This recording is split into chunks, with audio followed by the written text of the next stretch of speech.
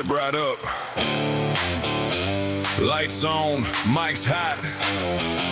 Where outlaws talk loud and kings don't whisper. Welcome to Cowboys and Kings. Yeah.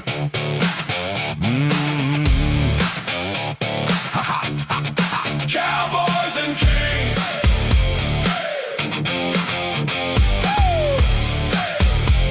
Yeah. Boots on the floor. Yeah, we're kicking it live. Crown in the room, you can feel that vibe. From the panels to the pixels, every story gets told. If it's hot in the culture, then we breaking the mold. From the cinema to the comic books, we put the games on blast. The bass will get wild, yeah, they never go past. We call it how it is, no in between. Turn it up, let the speakers swing. Got the crew pulling up, let them all step in. Every guest got a voice, the comments in chat will fly. Step up and be a king. When the mics go live, hear the Cowboys sing. Cowboys and Kings. Yeah, we run this show from the page to the stage to the screens, you know. Hot takes it with a rebel swing. It's a Cowboys grit and a King's gold ring. Cowboys and Kings. Let the whole world hear as we break it all down, keeping it loud and clear. Bring more than talk when y'all step in the ring. When you come to the battle royale, you better bring your thing. Welcome to the show, Cowboys and Kings. Yeah, King style, clean with the sharp cut look. The feline of finesse, the Jaguar dripping luxury, bow tie tight like a best-selling book. Calm in the storm, buddy, bring that fire. Every word hits clean. You know we gonna take it higher, gather y'all to the King's court, yeah, with stories untold. Grab your armor, grip your sword, represent the kingdom with pride. Cowboy Dan got that outlaw tone, rough-edged truth and a voice well known. He's a head trapped in the jar, jokes and memes will set you free. Bruh, that perspective hit differently. The saloon serves them hard, the door swings wide. Outlaw scream, a six-gun dreamer. Saddle up, let's ride. Laughs get loud and the takes get bold. Hard truths get dropped, some myths get sold. Spin that topic, let opinions clash. Some burn slow, some strike like a match. No script needed when the sparks ignite. Just real talk living in the spotlight. Cowboys and Kings. Yeah, we run this show from the page to the stage to the screens, you know. Hot takes hit with a rebel swing. It's a Cowboys grit and a King's gold ring. Cowboys and Kings. Let the whole world hear. We break it all down, keeping it loud and clear. Bring more than talk when y'all step in the ring. When you come to the battle royale, you better bring your thing. Welcome to the show, Cowboys and Kings. Lights get low, but the combo stays bright. Every fandom got a reason to fight. Heroes, villains, lines get thin. Sometimes the truth is where the gray walks in. Yeah. Panel to panel, yeah, we flip that page. From retro classics to the modern age. Reboots, remakes, who got it right? Who dropped the ball in that box? Office fight, bruh. We call it straight, no filter here. From low budget gems to the blockbuster tier. One got the crown, one breaking the rules. Both dropping gems while we schooling fools. From comics to streams, yeah, we cover the field. Every hot take sharp like a blade unsealed. I guess step up to the mic, that bring heat, that bring flames. They tell you a story when they step in the frame. Cowboys and Kings. Yeah, we run this show from the page to the stage to the screens, you know. Hot takes hit with a rebel swing. Under a Cowboys hat and a King's jewel crown, we gonna run this town. Cowboys and Kings. Yeah, we run this show from the page to the stage to the screens, you know. Hot takes hit with a rebel swing. It's a Cowboys grit and a King's gold ring. Cowboys and Kings. Pull up a seat, join the conversation. Next round's on us. Cowboys and Kings. Ladies and gentlemen, boys and girls, Cowboys and Kings, welcome to episode 7. Tonight, saddle up for the full throttle, high octane, no hold barred ride through the wild world of sports with action heroes galore, athletes who trained, squared off, and circled up to the diamond gridiron, and the boxing ring for the silver screen on television and comic books and the book pages of life. Yeah, brother. Wrestlers, boxers, baseball legends, football titans. When real-life warriors step into the spotlight as stars and co-stars, the results can be pure adrenaline. We're talking Captain Lou Albano, Michael Jordan, Sergeant Slaughter, Mr. T. Yeah. I pity the fool that don't add Mr. T in this conversation, and the whole posse of others who provide the toughest competitors to make some of the most unforgettable action movies and action sequences ever seen in television, comics, and more. We are digging into the good, the bad, and the over the top, the ones that still hit harder than a flying kick from the top rope. This Sunday, today, August 16th, tonight, 6 p.m. It's right now. We are starting a new episode of Cowboys and Kings. I'm KJ Cowboy Dan, joined by my co-host, the one, the only, King Style. Oh yeah, can you dig it sweet and sour across the hour? Yeah.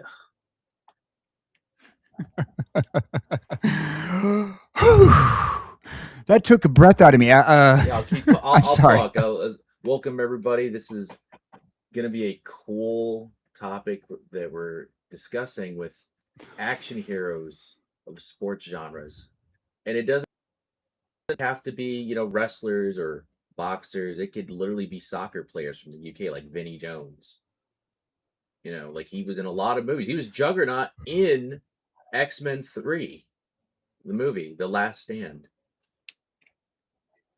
I'm Juggernaut, bitch. Yeah, that apparently that came from a forum post. Do you know that? Did it? Yeah, like apparently. Oh, no kidding. The Fox writers, the people who were writing the script, they were looking at forum posts and they said, "Hey, can you put Juggernaut? I'm Juggernaut, bitch." And they added That's funny. Which is odd. They would never do that today. They would never, because then they would have to credit the fan, or the fan would sue them. They would, but this always got to appreciate Fox for wanting to cross the lines that regular media won't cross. Yeah, and then also, Randy Savage was Bonesaw in the Sam Raimi movie. You ready to go against Bonesaw? Oh yeah, Bonesaw is ready. Oh yeah, we're gonna have fun. So I had no monologue prepared, so I just tried to go with my my deepest memory of sports announcers, and I was just reading off my announcement to the show for tonight. So hopefully we're going to have a few guests pop in. We'll probably have Scotty and Theta and a few other friends pop in. If you're watching in chat and you want to join us, we are talking sports action stars. Feel free to strike up and chat any conversation that you can strike up if you have knowledge of any stars, maybe O.J. Simpson. O.J. Simpson, he was in a lot of stuff too. He was in the Naked Gun movies. He was indeed. He was. I believe he also was in Airplane. Yeah, no, that was Kareem Abdul-Jabbar. That was Kareem Abdul-Jabbar. Yeah, they wanted somebody else for the role. I don't remember who it was, but he said no, and Kareem said yes. That's how he got the gig. So we're going to have a little bit of fun with this, I think. I'm looking forward to today's topic.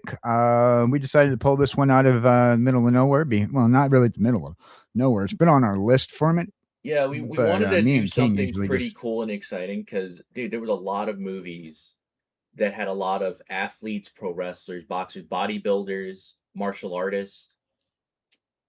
Martial artists. By the way, Theta, we're waiting for Theta because one of the TV shows has an MMA martial artist that he watches. We'll be talking about quite possibly once he gets in here. We'll be talking about a certain group of I think it's the Texas Morphin Power Rangers or something like that. Close enough. Close enough. They have power in their range. You got something. We're going to be talking about a lot of fun, a lot of fun things. By the way, kids, I know it's not the Texas Morphin Power Rangers. I know Yeah, it he's is, joking. kids. He knows a lot. He was just busting. I'm just trying to rage bait the people. It's not that. Call it by the right name. Here I am rage baiting the kids. These kids on their internets.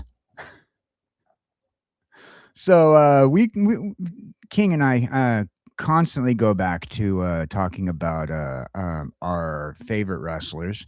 And I was excited when I told King a few months back when we came up with the concept of this episode. I think it was probably near when we first started planning out the shows, and then before we went on our vacation.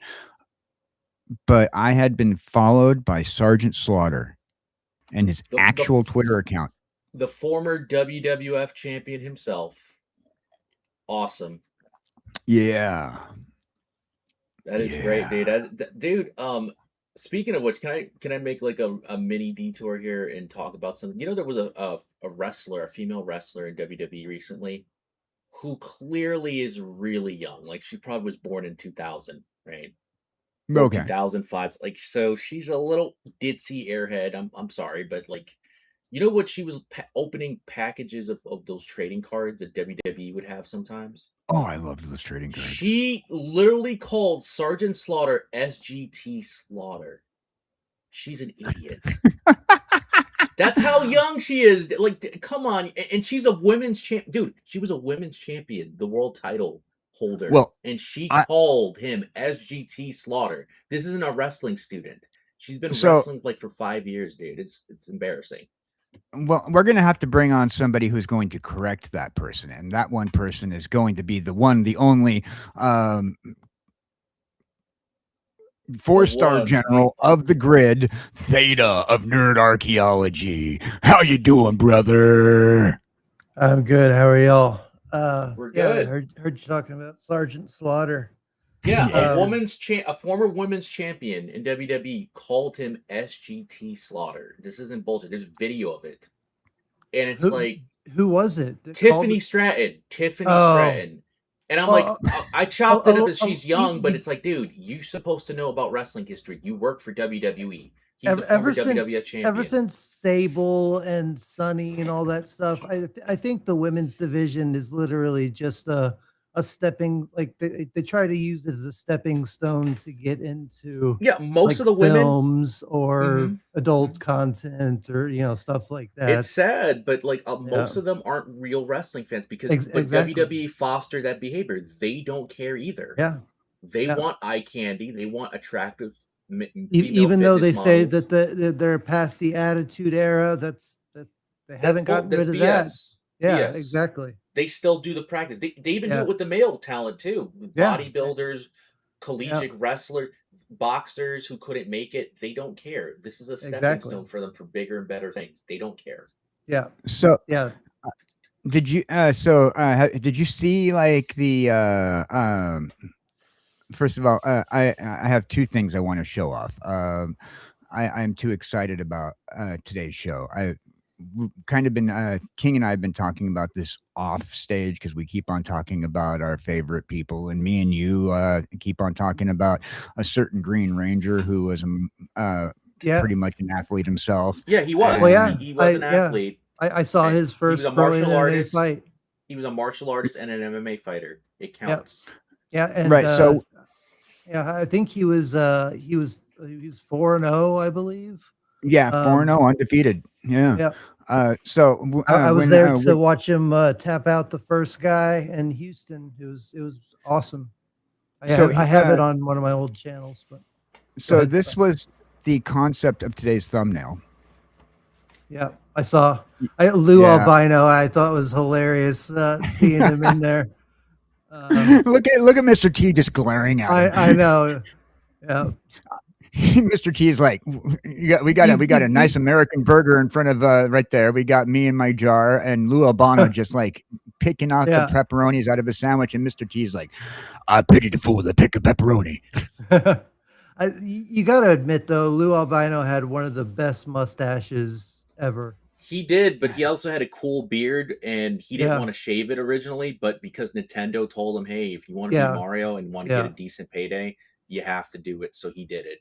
Looks good. So, Yeah. so just so that way I can show receipts. I'm not kidding when I tell people that Sergeant Slaughter follows me. Look at that. Sergeant Slaughter follows you. And I'm like, oh yeah.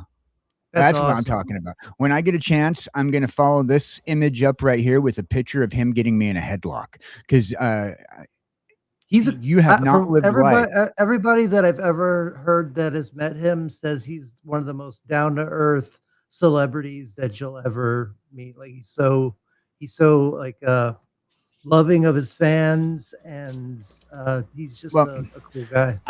And on his Twitter page, he's got his booking contact info right there. And I'm so tempted to one day call and just ask if we can get him on the show. That would be You awesome. know, That'd be awesome. Because especially from both standpoints of being a wrestling, a fan and a GI Joe fan.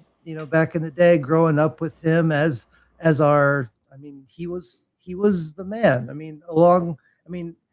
I would dare say that he was up there with Andre the Giant, Hulk Hogan, Ultimate Warrior. It was really those four. Like when you think of wrestling, at least for me back in the day, those are the four. Those are the big four names that come to mind. Like back back in the when the Tennessee wrestling, when they all combined and WWF actually began. Those were the names. lot of great classics. And I was WWF. I refuse to call it WWE. And I do too. still to this day, I still call it WWF. I don't care. The World Wrestling Federation had it before the Wildlife. Exactly. I'm Fun. sorry. World Wildlife Fund. Do you Yeah, know they banned the Worldwide- WWF in Denmark/Sweden because they have a big territory over there? They let W in those. How does a animal wildlife fund can get away with banning a wrestling company? That is crazy to me. I don't Speaking know how you of, can legally do that. That's a lot of power. It's speaking of almost like wildlife, we got Captain Garantina in chat, and he's real wild, aren't you, brother? We're gonna be hanging out. I'm gonna be hanging out with Garantina on Wednesday night for Masters of the Universe conversation. Look forward to that. Oh, Make sure you follow Captain that's Garantina. awesome. Yeah, nice. And Dr. Yeah. Fox, the real Dr. Fox. Good Yeah, to we see got you, real brother. Dr. Fox hanging in there. Wow, you're live again. Hey, you know what? With the way YouTube's changing their monetization rules and going to make things a lot harder on us, we got to keep going. We got to keep pushing. We got to keep making sure that the ring is ready and we're all sweaty and ready to. Yeah, we're no jobbers. We're gonna come in there as baby faces and take out the entire heel division. So I have a minor list. I don't know if you guys have a list of favorite movies that contain sports heroes, but I have a little minor list. I do actually. I have a short list, but yeah. I know that King and I have communicated. Collector, did someone say Masters of the Universe? The wrong Masters. We're talking about the Masters of the Ring, the Masters of the Usiverse. How you doing, Collector? Hey, Collector, if you want to come on tonight and watch the movie on the panel with us, you're more than welcome to also.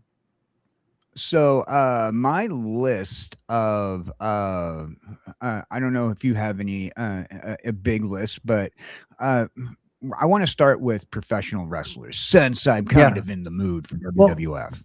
Well, that's kind of where all my movies come from. Like I can't really think of any. Well, no, I guess I can. Never mind. I can think of another movie with But with because I'm wrestling. starting with WWF wrestlers, and most of the movies I can think of have football players or wrestlers. Some of them have baseball players. But I have, yeah. I'll get to King, it. you were mentioning last night in private chat, Rocky 3, I believe. Yes, I did. Hulk And Hogan. do you? Yeah. No holds barred. Thunderlips. Rocky 3 was bigger, badder, and more intense than the previous two installments in Sylvester Stallone all-time greatest boxing movie franchise. And some of that is thanks to Hulk Hogan. For those people who are WCW fans, Hollywood Hulk Hogan. Good Hulk Hogan. Brief yet iconic performance as Thunderlips. What a name is Thunderlips, first of all, right? Yeah, I mean, that was a bad decision. no, no. That best name ever. He will never. think so? Hulk Hogan could never live that down.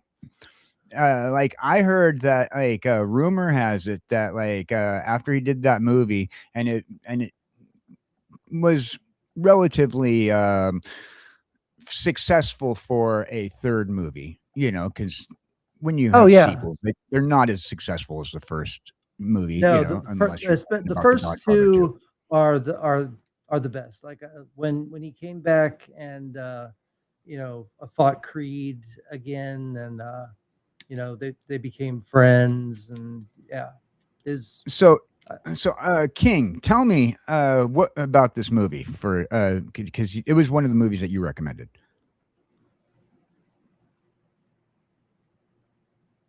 Yeah. Uh-huh. King. Yeah. No, Good. absolutely. I'm right here. You're right. Right here. Those are some good points that you had there, though. No. Like you were talking about Rocky 3, right? So right. I like that film because it was literally the story of a champion for Rocky, and then he had to do a charity event for against Hulk Hogan as Thunderlips, and they legit hit each other in that film. Did you know that? When they were practicing, Hulk Hogan, I think he hurt Sylvester Stallone's ribs, and I heard that. Or was it the other way around? One of them got their nose broken, and one of them got their ribs. No, broken. I think Sylvester Stallone is the one that got hurt, but I could be wrong.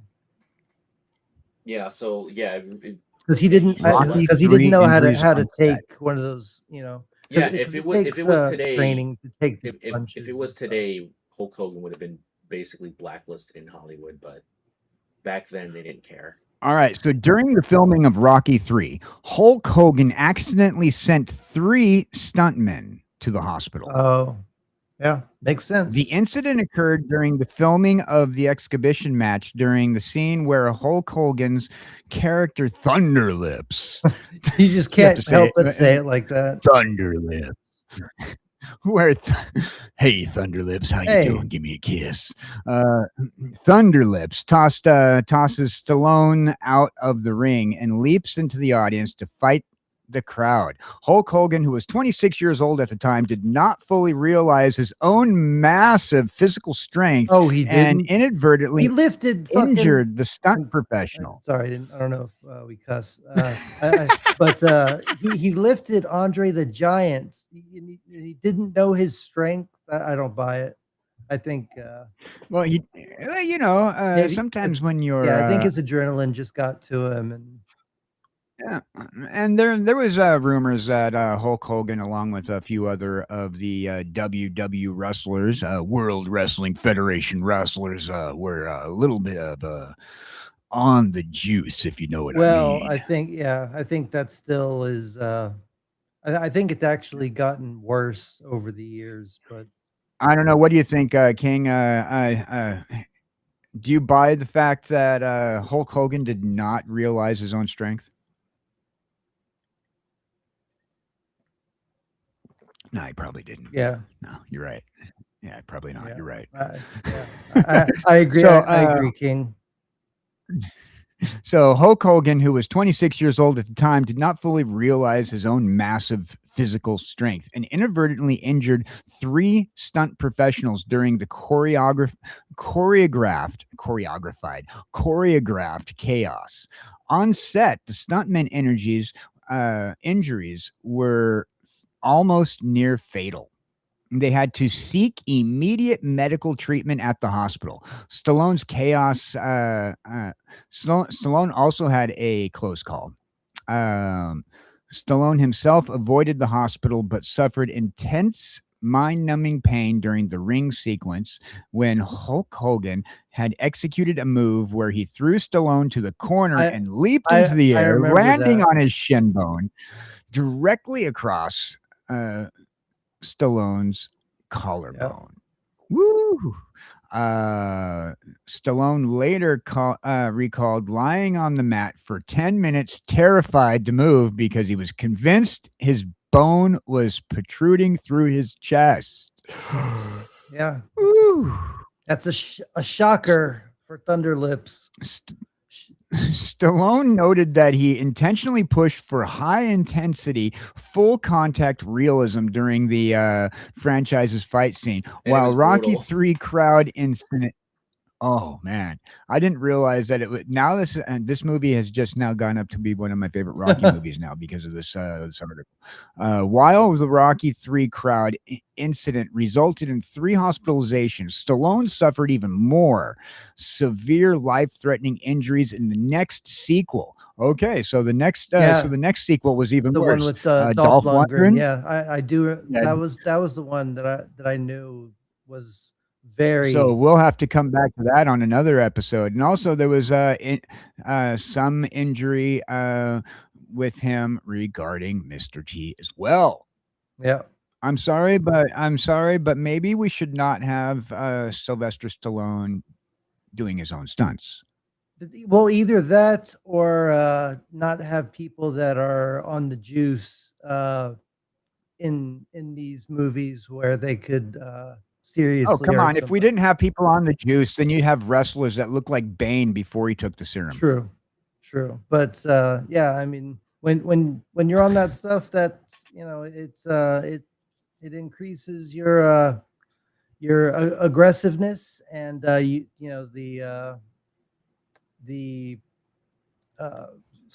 like not sensitivity is not the word I'm thinking of, but the fragility of your co-star goes out the window in some respects.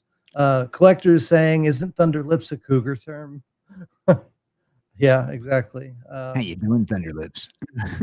And see, I think his finishing move should be like the shocking kiss, the lips of thunder, The love or tap. the love yeah, tap. the love shock, the yeah. Or the love Rumor stroke. has it that around the ring, he could not get past that name. They never called him it on the show for any of the WWF events, but Yeah. behind the scenes, I would hope not. They wouldn't. They kept on calling him Thunder Lips. Yeah. Hulk Hogan was gonna do that though. He said that. I know Hulk Hogan tells a lot of tales. He tells a lot of fables and stuff, but he claimed, and I kind of believe it. I think he wanted to use the wrestling gimmick if he turned into a bad guy and call himself Thunder Lips. Thunder Lips, yeah. But I think it was either a rights thing with the company that Rocky had, or Vince McMahon didn't want him, or any other. No, they didn't want him to take the character from the movie to be the new kid because it would have been hokey. I think it's the former, because I guarantee you that Vince would have wanted to make money off of Rocky, and to have that, the ability to call him Thunder Lips for a season, turning heel. I guarantee you that the thought crossed Vince's mind. Yeah, because this is he got fired from the WWF by his father, Vince Sr. Was running the company, and he told them, "I'm doing the Rocky movie," and he told them, "If you do this, I'm firing you," because he didn't believe that wrestlers or any sports athlete should be in movies exposed as the entertainment side, so wrestling. Even though business. basically what they're doing is act. I mean, yeah, it's theater. It's still real to me, you know. Yeah, but but he wanted to protect that back then. So he told Hulk, it was I'm a very firing you. Closely guarded. I mean, it was almost like with magicians, you know, back in the day. It was like you don't talk about how you know how you do it, how you do your tricks and stuff. And this is the same guy. And don't talk Vince about Fight Yeah, Club. you just talked about it, so now we have to kill you. Now we have to take your balls. This is the same guy that didn't want Andy Kaufman to do a wrestling match in the WWF with Jerry Lawler, yeah. But he went to the South to wrestle Jerry Lawler because they wanted it. They didn't care. Yeah. Vince said, no, that's exposing the business. Why we're going to have a celebrity do that? And then his son is like, who gives a shit? This is cool. We're going to get publicity out of this. Exposed left and right. Yeah. There's several clips of like Triple H and people like that.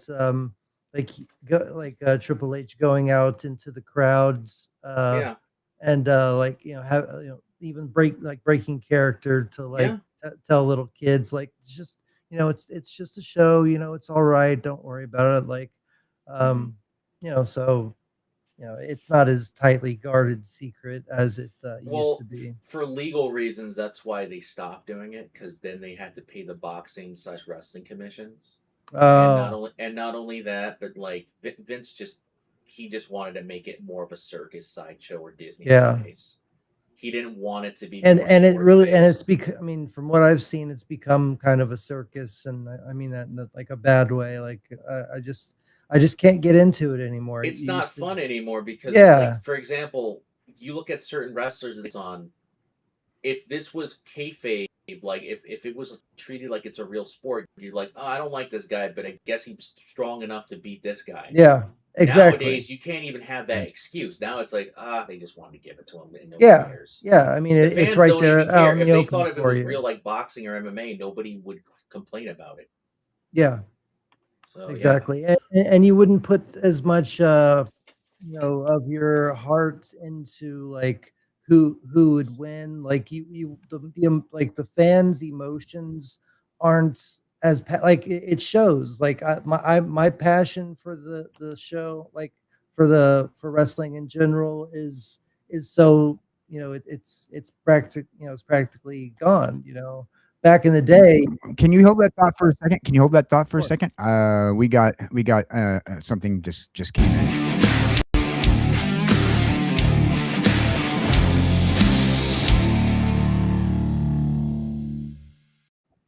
Ladies and gentlemen, welcome to the ring, the one, the only Scotty. He's entered the ring with his hands up in the air, throwing up his war signals. He is ready to wrestle for WrestleMania 5.6 thousand. He's going for the heavyweight title with the shocker that he is throwing up a minute ago. Real quick. Yeah, buddy. So I just want to say thank you to our people over on X. Thanks, Josh Perry, for clicking like on the show. Really appreciate it. For those people watching over on the X side, feel free to do as the people over on the YouTube side should be doing, sharing out the show and clicking like, thumbs up. We are looking to grow our channel. This is our subathon. That's the reason why we've been rocking out more shows lately. We are trying to get King Style up to 50 subscribers so that way we can stream on his end. And also don't forget that we are trying to move forward so that way we can eventually get that monetization. Also, I want to say thank you to Theta of Nerd Archaeology, who's pulling triple shift over in the chat, over on the Twitter, and over here on our stage. That's right. And we're going to be bringing in Mean Gene here to do a little bit of interviews with the folks Mean on Gene the side. Okerlund.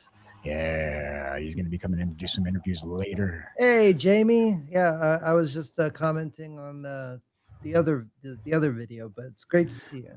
We got Jamie in the chat. How you doing? Thank you. Yeah. So we are. So what's the next movie? Do one of you guys have a favorite movie that can take? I actually do. Walking Tall with The Rock. I really enjoyed that movie. Not bad. You're Walking right. Tall. That's Wasn't not a that a bad movie. remake? It is Yeah, a Yeah. remake. it was. It is a remake. The original movie But was a trilogy. since we're talking about sports or sports related movie stars. Okay, yeah, because I remember the 1973 original for Walking Tall, and I know Joe Don Baker. Joe Don Yeah. Baker. Oh, it was Joe Don Baker in it. Yeah, Oh, he was. cool. He was the one who was walking tall. Oh, cool. I'll Yeah. have to go back and watch that. Yeah. yeah, I didn't watch. I only think of remake. him in Mitchell. So yeah, in fair enough. 2004. I guess you're right. I did not know that Dwayne Rock Johnson did a remake in 2004. I knew the original. with the jackass guy. Yeah, I mean, Johnny Knoxville. Johnny Knoxville. Yeah. That was a really good movie. Oh, it was. Yeah. Apparently, they did a whole series of Walking Tall movies, some of which with Kevin Sorbo. Bo Svensson. Bo Who? Svensson was in Walking Tall Part 2, I think. And then there was a direct-to-video sequel of The Rock Walking Tall as well, if I'm not. Maybe that was that was in theaters. That was in theaters. No. But there was a sequel to the Rock like Walking the Tall. Rock's Walking Tall. The Rocking Tall. The Rocking Tall, exactly. Yeah. Okay, the Rocking Tall. Rocking Tall. Rocking Tall is another. Okay, the Walking Tall. Yeah, Walking Tall franchise. 1973 was the original with Joe Don Baker. That's the one that I'm familiar with. That's so funny to think of him as. In 1975, it had a sequel, Walking Tall Part 2.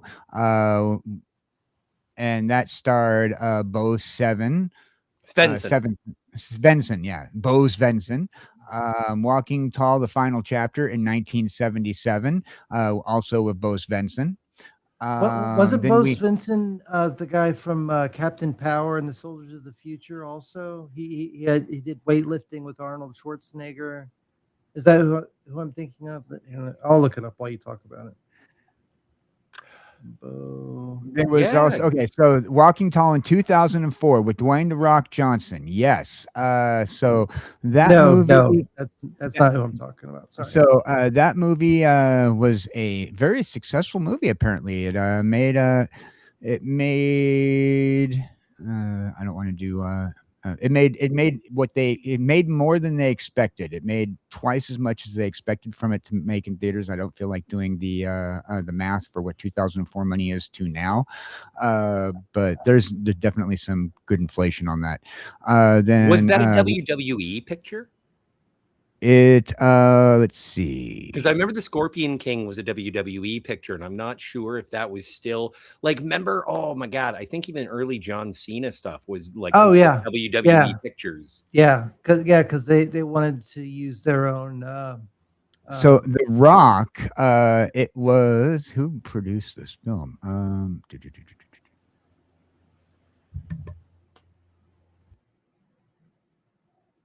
Okay, let's see. Directed by Kevin Bray.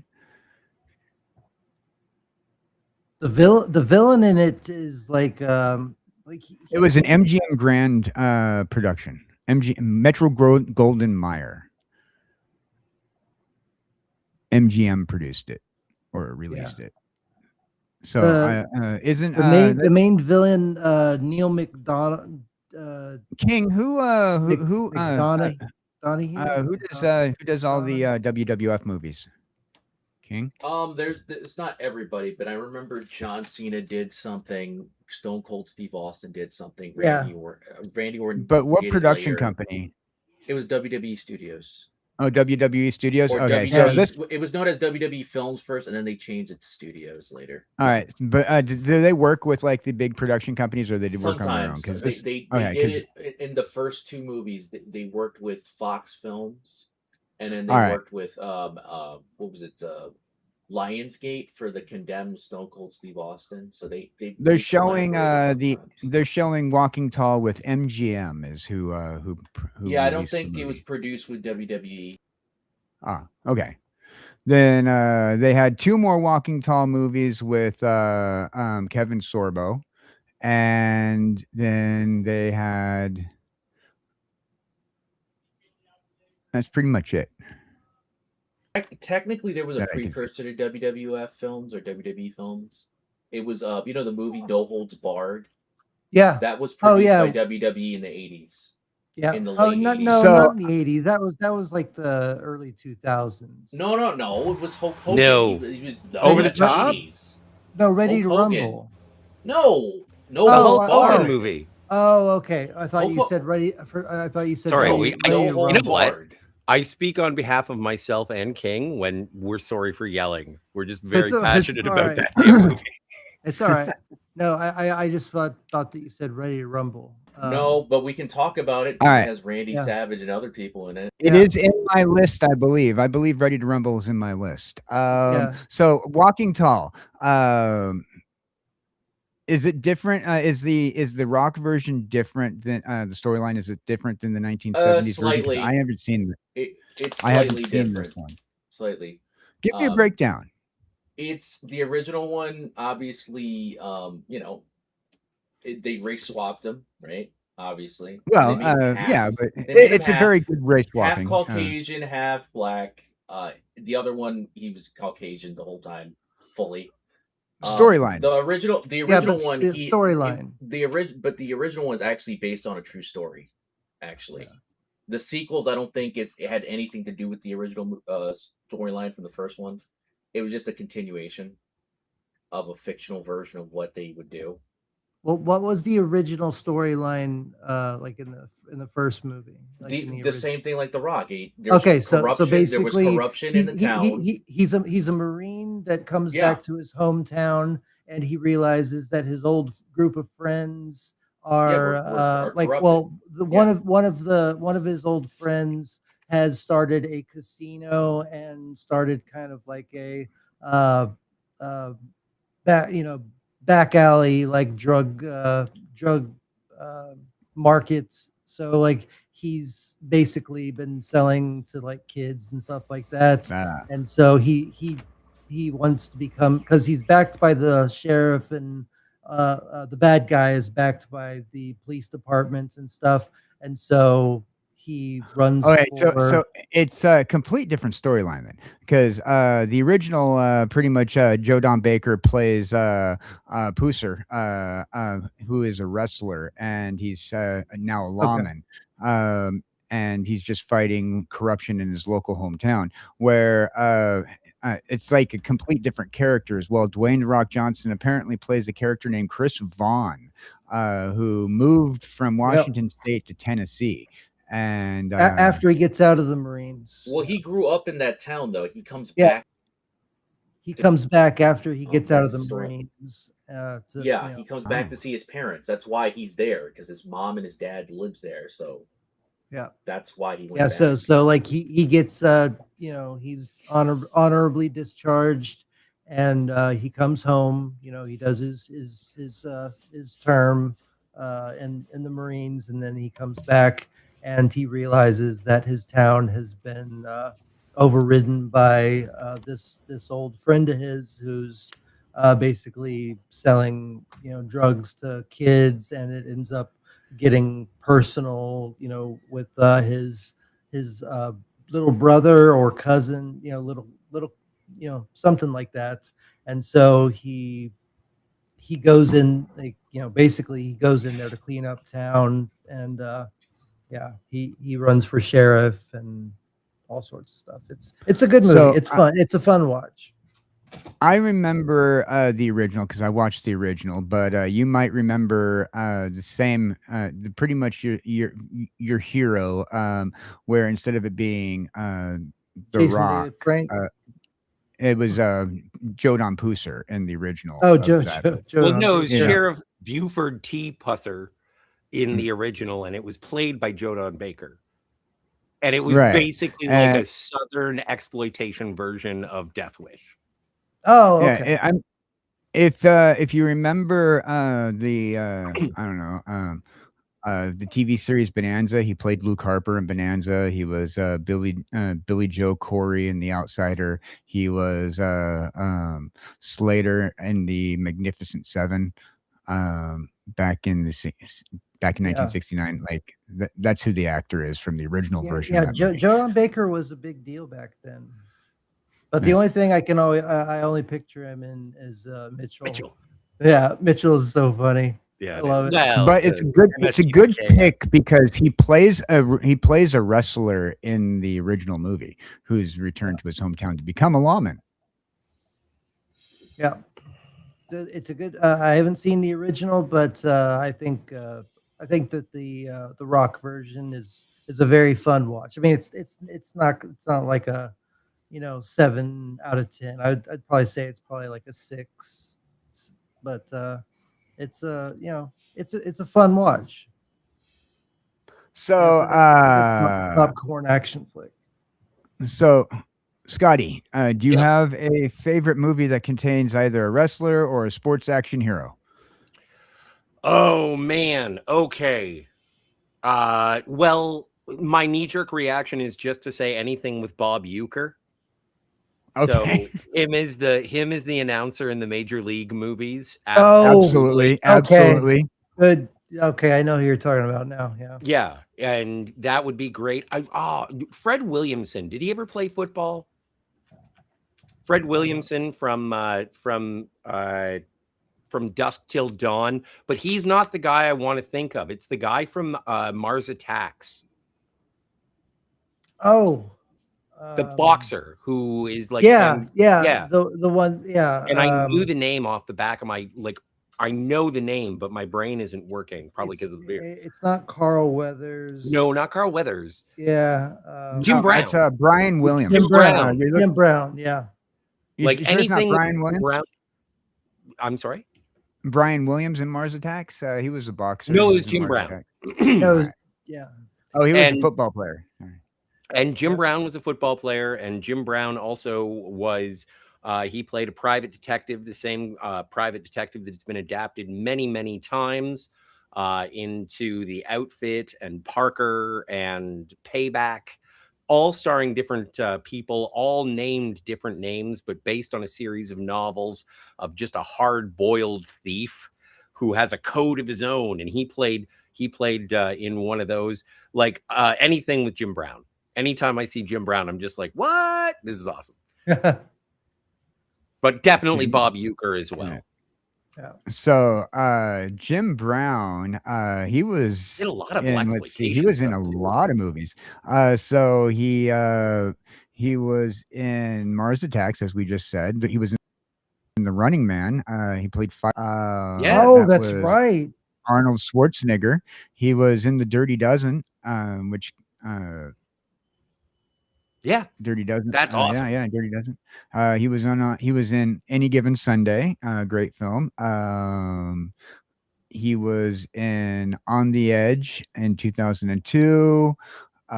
He was in a basketball movie called New Jersey Turnpike.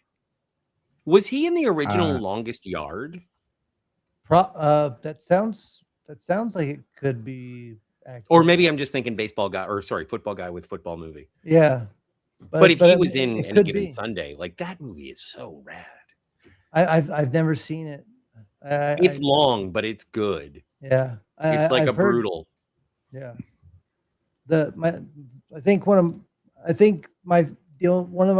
Because I used to avoid Westerns and sports movies unless it was like a comedy like Major League or stuff like that.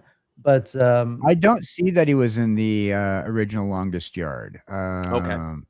He was in I Spy, I Station Zebra, El Condor, The Black Gun. He was in quite a few 1970s blaxploitation movies.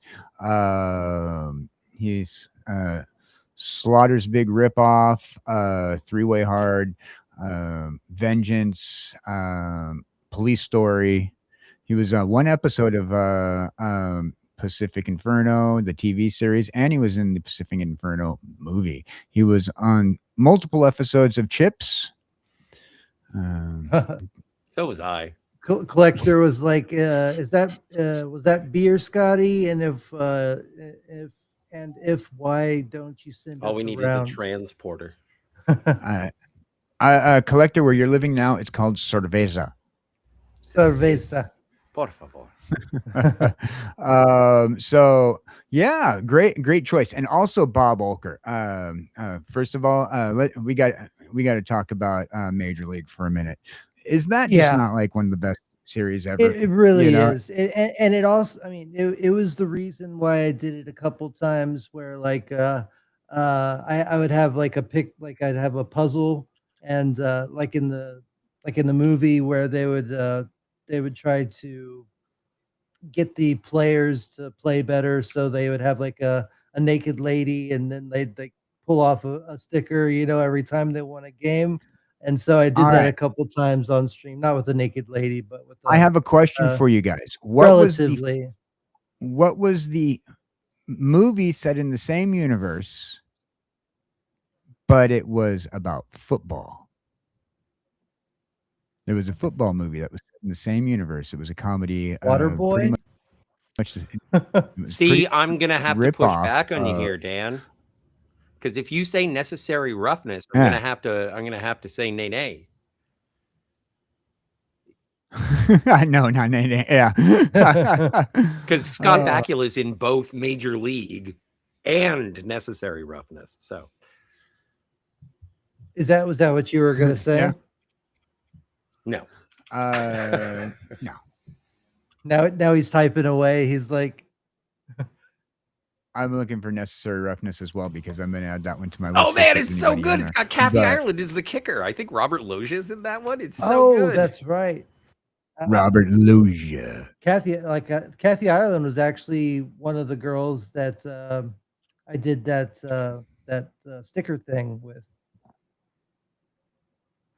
She was my first Sports Illustrated crush. And as long as we're going with people who were in Sports Illustrated, National Lampoon's Loaded Weapon 1, starring Kathy Ireland. Emilio Estevez. Yeah, that was so Emilio Estevez, which brings us back to Charlie Sheen, which brings us back to the Major League franchise. I really loved the Bob Uecker, and who is the other guy who was his partner in that for the announcing on that game, on that movie, those movies. I do forget his partner. I only had eyes for Uecker. Yeah, he played Harry Doyle.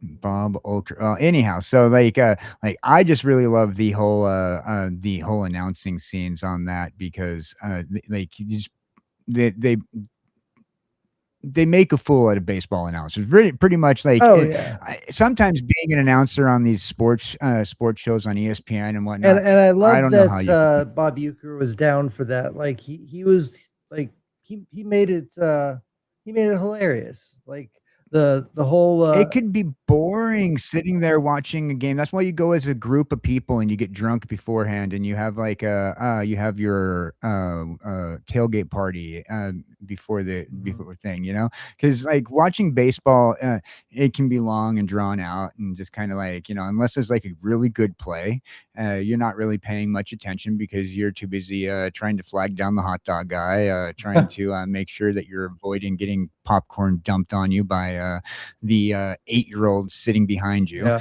and then you know, too busy comparing everybody to the girls from League of Their Own. Even though that was a good movie. I love that movie. You know, I mean, being a baseball announcer, it's a lot different. I mean, it's almost like being a golf announcer. Really. It's just one rung below golf, being a golf and tennis announcer.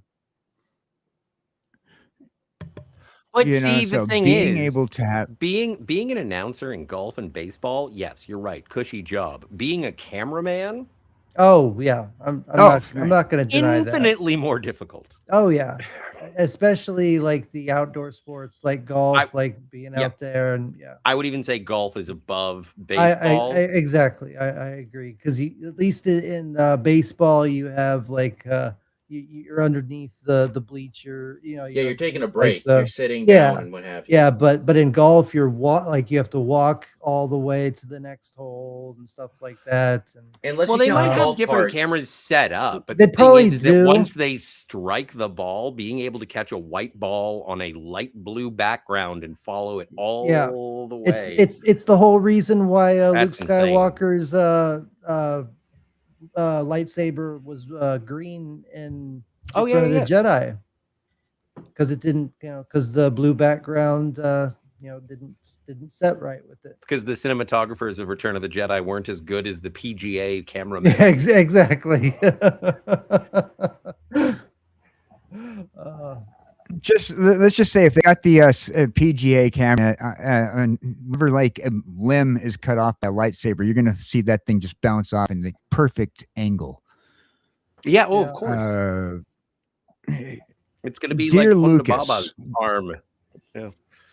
Dear Lucas, when you acquire the Star Wars franchise back from Disney because they've screwed it up too far and you have to just take it back, get the PGA guys, get the football player camera guys, get the football camera guys. Even those guys work pretty hard too, even though they have drones helping them out. King. So, what is our next movie on our list? Well, how about since we were talking about Airplane earlier with Kareem Abdul-Jabbar, why not talk about Game of Death with Bruce Lee, even though he's a celebrity himself because he's a martial artist? Yeah, that's a sport. Yeah. Kareem Abdul-Jabbar played a villain in that movie. Yeah. So he was the tall martial artist guy that was blind. Yep. Or he had eye problems, but he wore dark sunglasses. They never fully got into it. That was Fist of Fury, right? No. Game of Death. Game of Death. Okay. So that's the movie that they based the costume off of for that Uma Thurman movie. Uma Thurman's costume in Kill Bill was based off the costume that Bruce Lee wore in Game of Death. Yeah, exactly. It wasn't completed. The Robert Klaus one that people talk about, they had to use clips that he shot. Yeah. It wasn't fully finished. Now you could use AI or CGI, but back then you couldn't do that. So they had to use camera tricks and editing and makeup and all that jazz. Yeah, I respect any Bruce Lee film. So I mentioned it because Kareem Abdul-Jabbar is in it because we talked about Airplane earlier. Yeah. And honestly, I mean, martial arts being a sport, you could, and he's like so tall in comparison. Oh yeah. When you look at the comparison, like I don't know if y'all have seen the interview where Andre the Giant and Bruce Lee were on Johnny Carson, but literally, Andre the Giant picked up, like just with one hand, picked up the chair that Bruce Lee was sitting in. And Bruce Lee just stood there, like he sat there, and then he stood up on the chair while Andre the Giant was holding it, and he did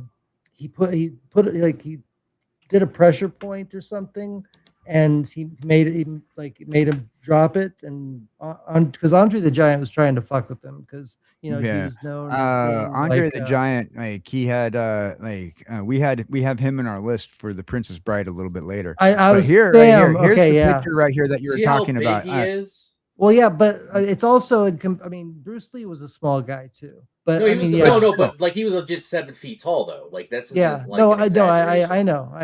I'm just clarifying that it's an exceptionally large difference because of that. But he reminds me of who's the guy in Street Fighter that Zangief? No, not Zangief. The guy with the eye patch. Oh no, not Zangief. Dalsim. Dalsim was the yoga flame. No, I know. I'm just looking at his legs, and I was thinking Dalsim. Oh yeah. You know about that? I'm trying to. You talk about the. Is it that Saget? Indian character? Saget, that's covered in paint. Saget, yeah, exactly. Saget.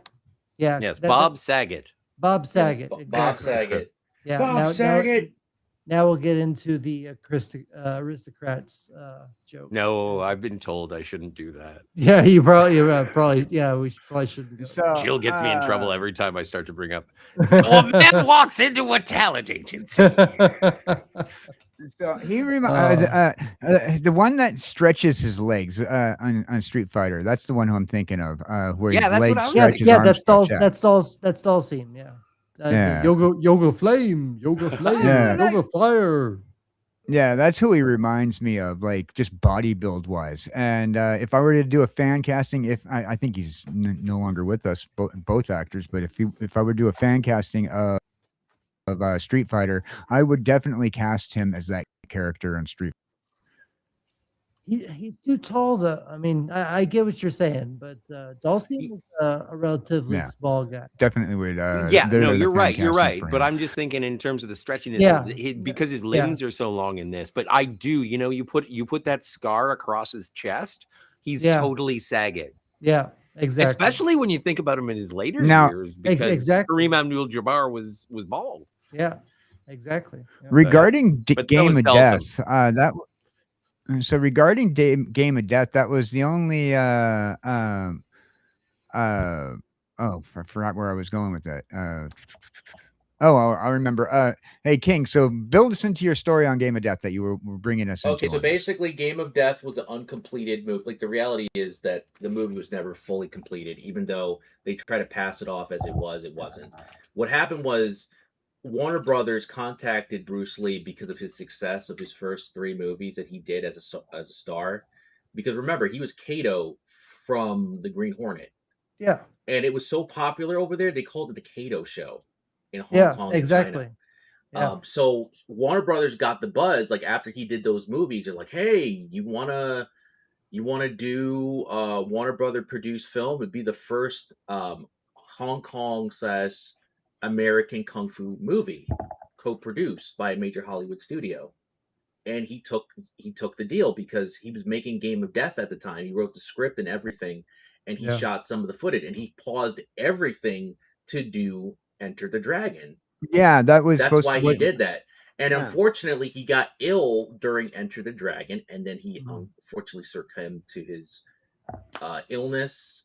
Oh, the mafia got him. Well, there's theories. The mafia, he did drugs. There's so many. Nobody knows. There's a curse. Nobody knows for certain what exactly it was. There's a lot of theories. Especially after the Brandon Lee incident. Yeah, but he died. And so he couldn't do Game of Death. So Robert Klaus, the guy who did Enter the Dragon, took some of the footage that he, wasn't everything, but basically enough, and he compiled a new footage, and that was the Game of Death that we got in 1978. Hey, we got Glacier hanging out with us over in chat. Yeah, I was gonna say, nice to finally. Hey, Glacier, if you want to come by when you're done, go for it, man. Did you send him the link?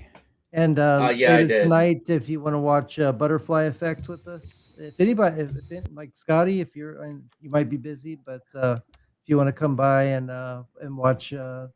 We'll definitely send out the link to everybody that pops in with us tonight. Glacier, if you want to come in, you can. So Glacier says, evening, fellas, in the middle of cooking dinner. I hope you made enough for the whole stage here, because I know Scotty has not had a chance to eat dinner yet. So make sure you bring some for him. And me too. That'd be cool. Follows that up with Hail Scotty, by the way. Long time no see. Tell these guys about your idea for Back to the Future pitch. Okay, what's your idea? That has nothing to do with me. I do not sanction such a pitch. Someone else on the internet has decided that there is a Scotty-centric Back to the Future story disavowed. Oh, is there really? Wait, but before we move on to anything else, I just wanted to say I don't have the same reverence towards Bruce Lee that you guys obviously do, and that's not because I have anything against him. Yeah, it's just because I haven't really been exposed. I think I've watched Enter the Dragon 1.5 times. It just wasn't my genre. Yeah. However, and the reason I bring it up is people say that the scene with Bruce Lee in Once Upon a Time in Hollywood is disrespectful. I disagree. I think it does add a character moment for Bruce Lee, and just because it ends in a draw, I think it's just fun to see a stuntman and a performer argue and fight. I think that is actually a really physical and great scene. So I understand how people take it as being disrespectful. I do not take it as such, but again, I prefaced all of this by saying I don't have the same reverence as everyone else. That was a good movie, Once Upon a Time. Oh fuck, in it's Hollywood. my favorite Tarantino. Yeah, favorite. I mean, having a Brad Pitt go up against a Bruce Lee type character, or even just Brad Pitt playing a stuntman. Well, Brad Pitt's character is loosely based off of amalgamation of stuntman, but one of them was Gene LaBelle because of Bruce Lee being there. Gene LaBelle was the stuntman for the guy who played the Green Hornet on the TV show. A lot of people don't know that.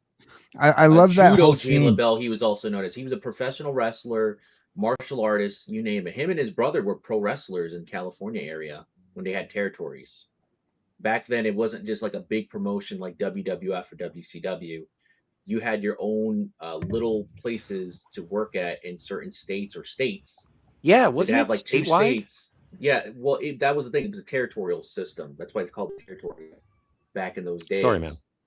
No, it's okay. But like, for example, the original WWF was a part of New York, Massachusetts, and also New Jersey, and sometimes Philadelphia, Pennsylvania, like around those areas. Crockett was in the Carolinas and at Georgia sometimes.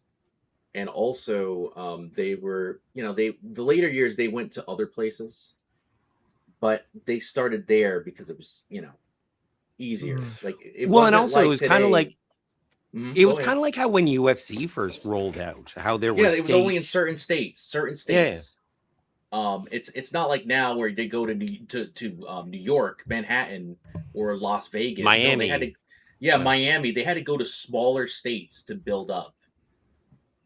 Yeah, they had to Junkyard go to Dog Colorado. is in the Twin Cities. Yes. So back then, it wasn't a huge wrestling company. So Gene LaBelle and his brother wrestled there, and he got noticed from Hollywood, and that's how he got a job, being a stuntman. Because remember, back then, martial arts, you competed in tournaments, but it's not like MMA now, where you get paid decent amount of money to good money if you're a top champion. Or boxing, like it was just a hobby basically. You didn't get paid. Like Eric Bischoff, the guy who was in WCW, who was a part-time wrestler with his friend Sonny Ono, they didn't get paid back then. It was in the 50s and 60s and 70s. They just did tournaments because it was fun. They did not get paid a lot of money. So Glacier Kills. I'm sorry. That's hilarious. That is one of the next movies that I'm going to be showing. The Last Dragon. Show enough. Bruce Leroy. I love that movie so much. But anyway, sorry. Go ahead. No, it's okay. But like that's martial. So they that's why a lot of martial artists they went to Hollywood to get paid money. Yeah, there was no money. Exactly, dude. Even kickboxing, the early days of kickboxing, because it wasn't boxing, they didn't get paid. Like they didn't get paid decent money. It shows that you had like Jean-Claude Van Damme, and we had the American style of karate and stuff, but it could have only happened if it wasn't for like Jackie Chan and Bruce Lee, fucking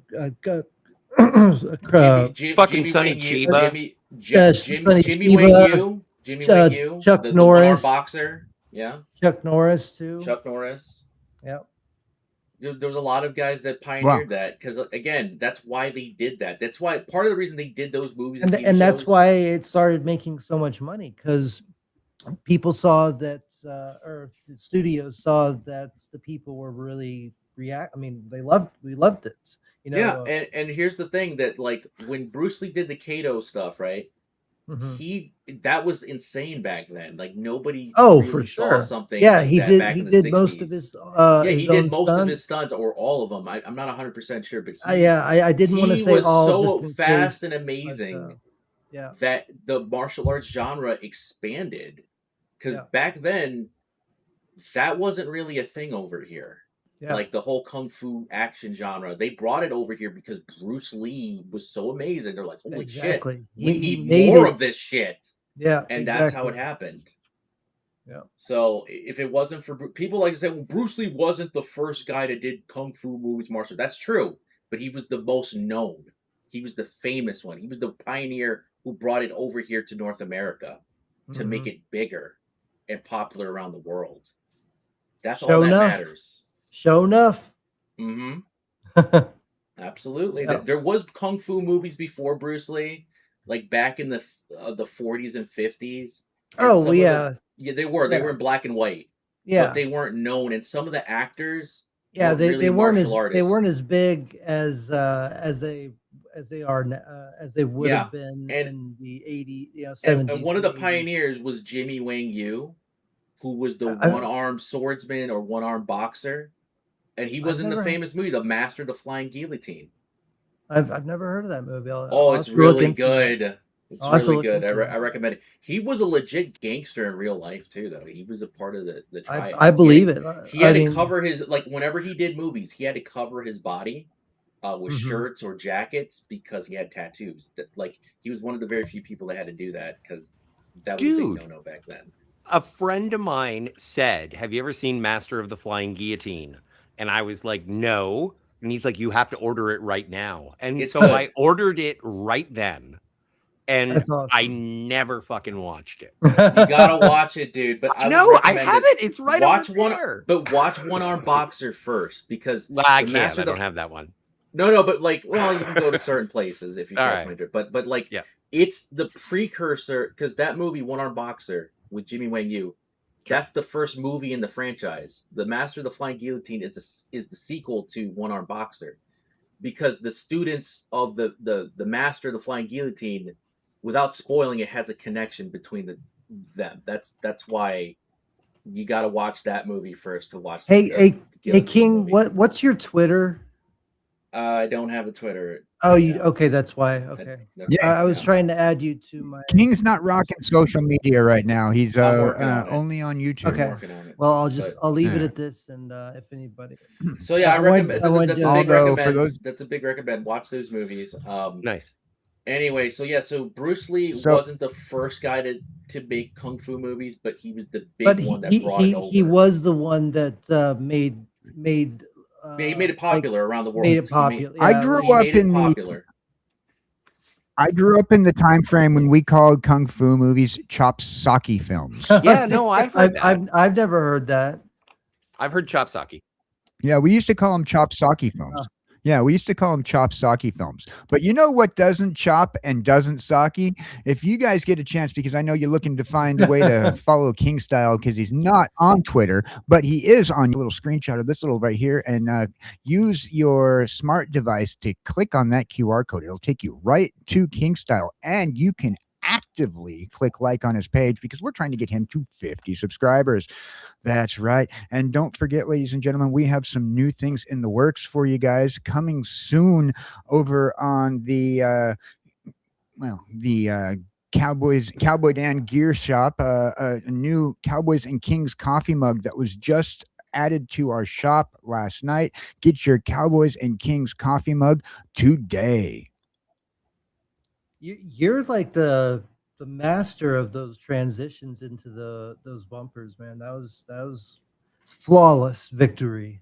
Well, you know, the only thing that's flawless is when people go and follow me over on Twitter by clicking that little QR code. That would be the absolute most flawless thing you can do, by following me and raising my Twitter profile. This is like a skit. This is like an SNL skit. Like, yeah, since we're talking about Mortal Kombat, since Bruce Lee is kind of like on the topic here, they based somebody off of Bruce Lee. It was Liu Kang. Oh, Liu Kang, yeah, of course. I mean, the same thing with Jean-Claude Van Damme and Johnny Cage. Yeah. Like originally he wasn't supposed to be based off of Bruce Lee. What happened was, he was supposed to be bald. Raiden was based off of the storms from Big Trouble in Little China. Yeah, Trouble in Little China. But and the thing that I like most about the Rumbles is how Cowboy Dan is over on Rumble. Yes, I am. You know, over it on gives Rumble, me the but rumbles for some reason when I don't go have a and look promo button for that. content. Damn it! I tried. I set you up. You I have a fucking Rumble though, so you know if you feel a rumbling going on, you can always go to Sorry. Theta of the Grid. I'm still Theta of the Grid over there on Rumble because they don't let you change your name for some reason. So Sorry, King Kyle, I didn't mean. There you I go. just wanted Follow to everybody on say- Rumble. Follow everybody on Twitter. Follow everybody on the YouTubes. We And were don't talking forget about my Mortal MySpace. Kombat. We were oh yeah, don't forget about MySpace, especially since it's coming back. well, yeah, Without the top 8 Tom's been in his basement trying to make sure that MySpace comes back with a fury and takes. Oh, he's over got a penthouse Facebook, apartment now. It's not. He doesn't. Have to worry but about only basement. He's got a penthouse. as long as he's on our top 8. So we're talking about Mortal Kombat now. Mortal Kombat. Jax was a boxer in the storyline. Oh, really? Oh, I thought you meant in real life. Okay. In the Jax storyline, was- his character was a Jax boxer. No, Jax. Now you're thinking of Street Fighter. That's Balrog. That was the Balrog. boxer. No, Jax was. Jax Street was Fighter a too. yeah. No, Jax was Mortal Kombat. He was Okay. he was one He of the was a special. cop and a boxer. Yeah, he was a cop and a former boxer. That's what it says on. Oh, the, oh, on he the, was on the wiki okay. here. I A cop and a stand former corrected. boxer. I just knew that Yeah. he was a law enforcement officer with Sonya Yeah. Blade. Yeah, a cop and a former boxer. King, you were talking about Mortal Kombat. Yeah, I was talking about how like certain characters were loosely based off of certain characters. Like Liu Kang, he was not originally supposed to be based off of Bruce Lee. He was supposed to be a Shaolin monk, but the actor that they had the motion capture for / the sprite image, he refused to shave his head. So they just winged it and just said, "Screw it, we'll just." Do you mean work they on it." Wing Chunged it? Yes, they Wing Chun it indeed. So he kept his hair, and then he did the battle grunt. You know, he did that, Yeah. and then his finisher was the dragon, and obviously Bruce Lee's like Chinese name was meant little dragon. You know, Oh, Junfan. I didn't know Yeah. that. So That's they cool. literally built the lore around Liu Kang as basically this dragon guy. So he basically was Bruce Lee. That's why he was the main focal point. Honestly, he was the original mascot of Mortal Kombat, essentially, excluding the dragon logo. But Ed Boon wanted it to be Scorpion and Sub-Zero, but it's like the problem is you don't want to have Scorpion was always a my masked favorite character unless they're a superhero. Masked characters are hard to use as a mascot or a promotion. Yeah, as a material. promotion. It's That's hard why to do that's that. why I've been doing a lot of stuff like with my Theta Ranger character where I have my helmet off and stuff. Yeah, so because people unless know it's like who I Batman am. or Spider-Man, like it's kind of hard to market that. Yeah. So Well, they it's- use but Liu here's the Kang for problem a with mass while. characters. Here's the problem with mass characters, and we learned this in every time frame in history except for one. Mass characters are typically not allowed in banks. True. Nope, that is Yeah. true. Well, if The pandemic was an exception. If they are, then it's usually because they force their way in and have ulterior motives. Yeah, and then not only that, but they're not allowed to go on airplanes with masks either, unless it's a medical mask on your face. Yeah, exactly. I was gonna say, unless you're forced to by Fauci. Yeah. Oh, but so Sorry, dug I myself a didn't grave mean to on go that there. one. I dug Sorry. myself a grave on that one. Anywho, so that's why for Mortal Kombat, Liu Kang was essentially the guy, and then when Ed Boon fully took over, he wanted Scorpion or Sub-Zero to be the fucking main face on the posters. And as we talked about on for the last most night's part, show, it by the worked. way, if a reference to last night's show, Ed Boon was uncredited That's for a long Scorpion. period of time. Yeah. Yeah. He was That's right. uncredited You were for that. saying something, Theta? Go ahead. And I think that's the beginnings of Noob Sabat. You know, since they weren't credited, they've made a character of both of their names spelled backwards. Mm-hmm. Absolutely. I could be wrong, but I also obviously in Street Fighter you had a Bruce Lee clone, right? You had Yeah, well, they were brothers. no, they weren't brothers. Ken and Ryu? What?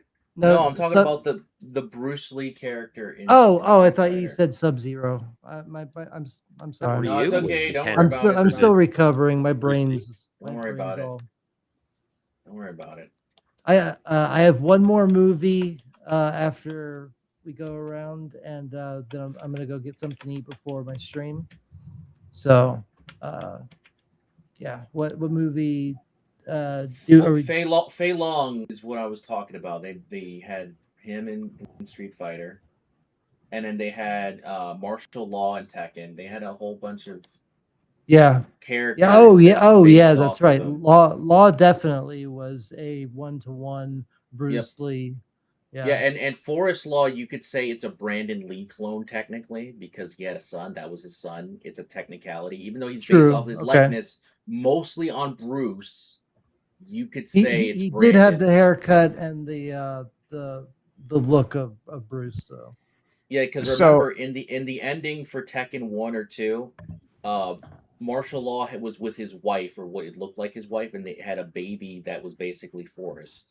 So that's Linda and Brandon. Forrest Gump. Jenny. Anyway. So and my then, next, I may not. one more. Fist of the North Star. Sorry. Fist of the North Star. They clearly based him off of Bruce Lee. Technically, Mel Gibson from Mad Max movies, but because of the post-apocalyptic world. But clearly he was doing the martial arts. He was doing the grunts. It was Bruce Lee, and he looked like Bruce Lee. So there you go. Yeah. All those references and stuff with Bruce Lee in it. Very influential. They had a lot of. I didn't realize that there was so many Bruce Lee references in that. Yeah. G.I. Joe, yo. Well, we already talked about G.I. Joe. No, we actually we talked about Sergeant Slaughter, but we didn't talk about G.I. Joe, which is my next thing on the list. As you can see right here, we got Sergeant Slaughter. We just talked about the fact that Sergeant Slaughter follows me, and I decided I'd brag about that because Sergeant Slaughter was the inspiration for part of the inspiration for the show, by the way. Yeah, exactly. And not only that, but Sergeant Slaughter, back in the 80s when they were doing the rock and wrestling thing for the WWF, he was supposed to be a part of WrestleMania 1 and he didn't because at the time he had his toy line, so he appeared in the cartoon of G.I. Joe. Yeah. And Vince wanted a piece of that pie, and he flat out told Vince, "I'm not giving you my money for my toys and cartoon appearances on the show." And he fired him because of that. Vince Jr. fired him. So that's why you'll find that's why you find like at all the toy shows, if you ever go to a toy convention, you for some reason, I don't know how the Sarge gets there, but Sergeant Slaughter manages to make it to every single toy show in the world. Well, because he loves it, like I said earlier, because he loves his fans that much. I mean, he does, but he's got to clone himself. I don't understand how he's able to make it to so many events.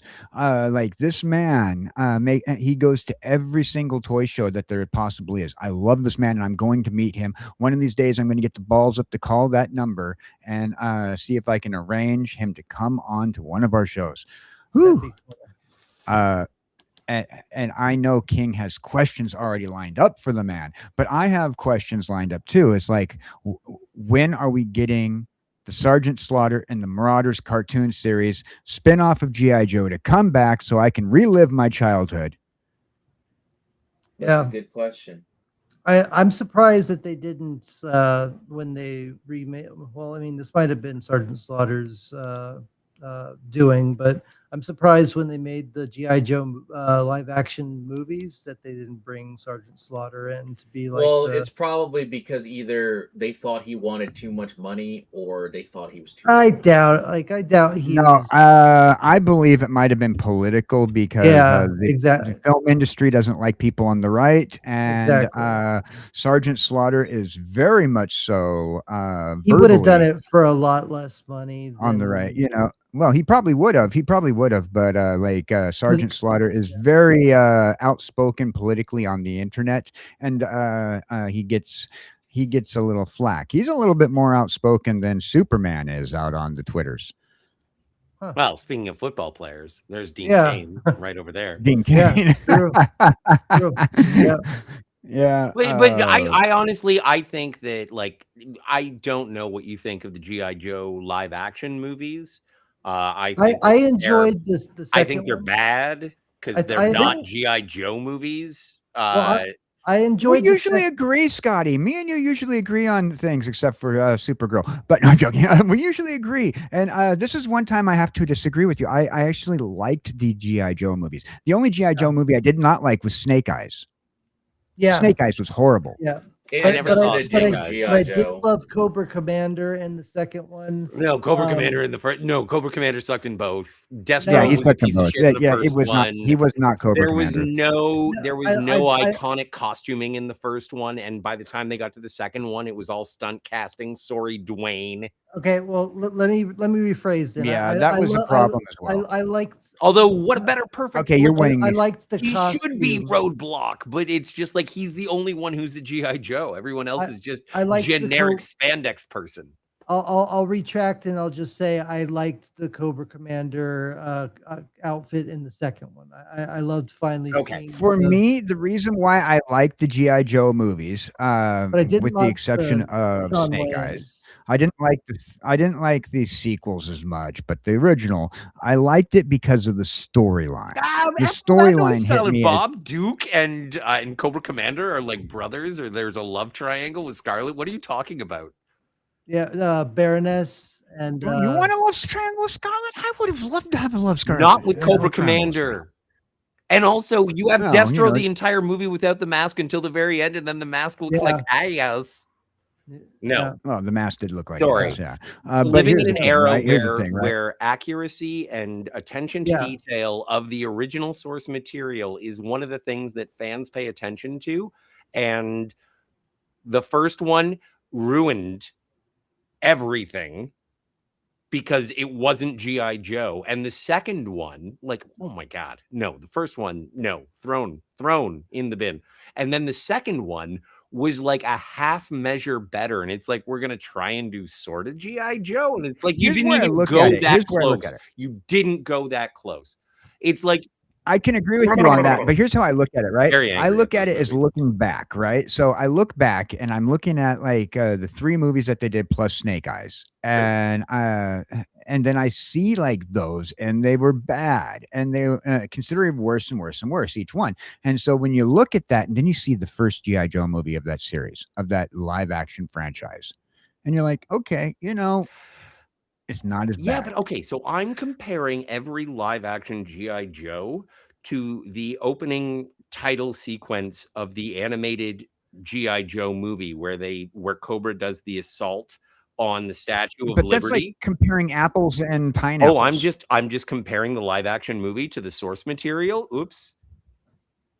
Yeah, the live action movie is like not the nowhere near the source taking material, a color picture and photocopying it on a black and white Xerox. It's not my jam. If you like it, that's good. I'm not going to be mad.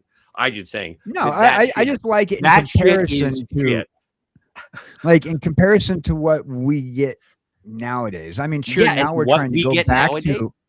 What are you comparing? Because I would say Supergirl is better than fucking the G.I. Joe movies from the 2000s. Oh, Supergirl, absolutely. Costuming wise, is more comic book accurate. That's all I want. But the G.I. Joe movies were coming out of that late 2000s era where we were kind of like from 1999 to 2006, where we were kind of steering away from comic book accurate costumings and trying to focus on storylines. Yeah, and it's like X-Men vinyl, and I mean the vinyl suits.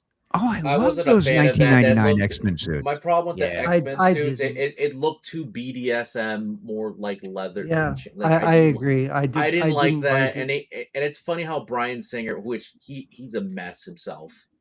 I'm the one guy in the world. I'm the one guy in the world who loves those costumes. Next to the guy. Yeah, but they're not X-Men. Like if they would have put some yellow or blue in the costume, or red, like even just piping.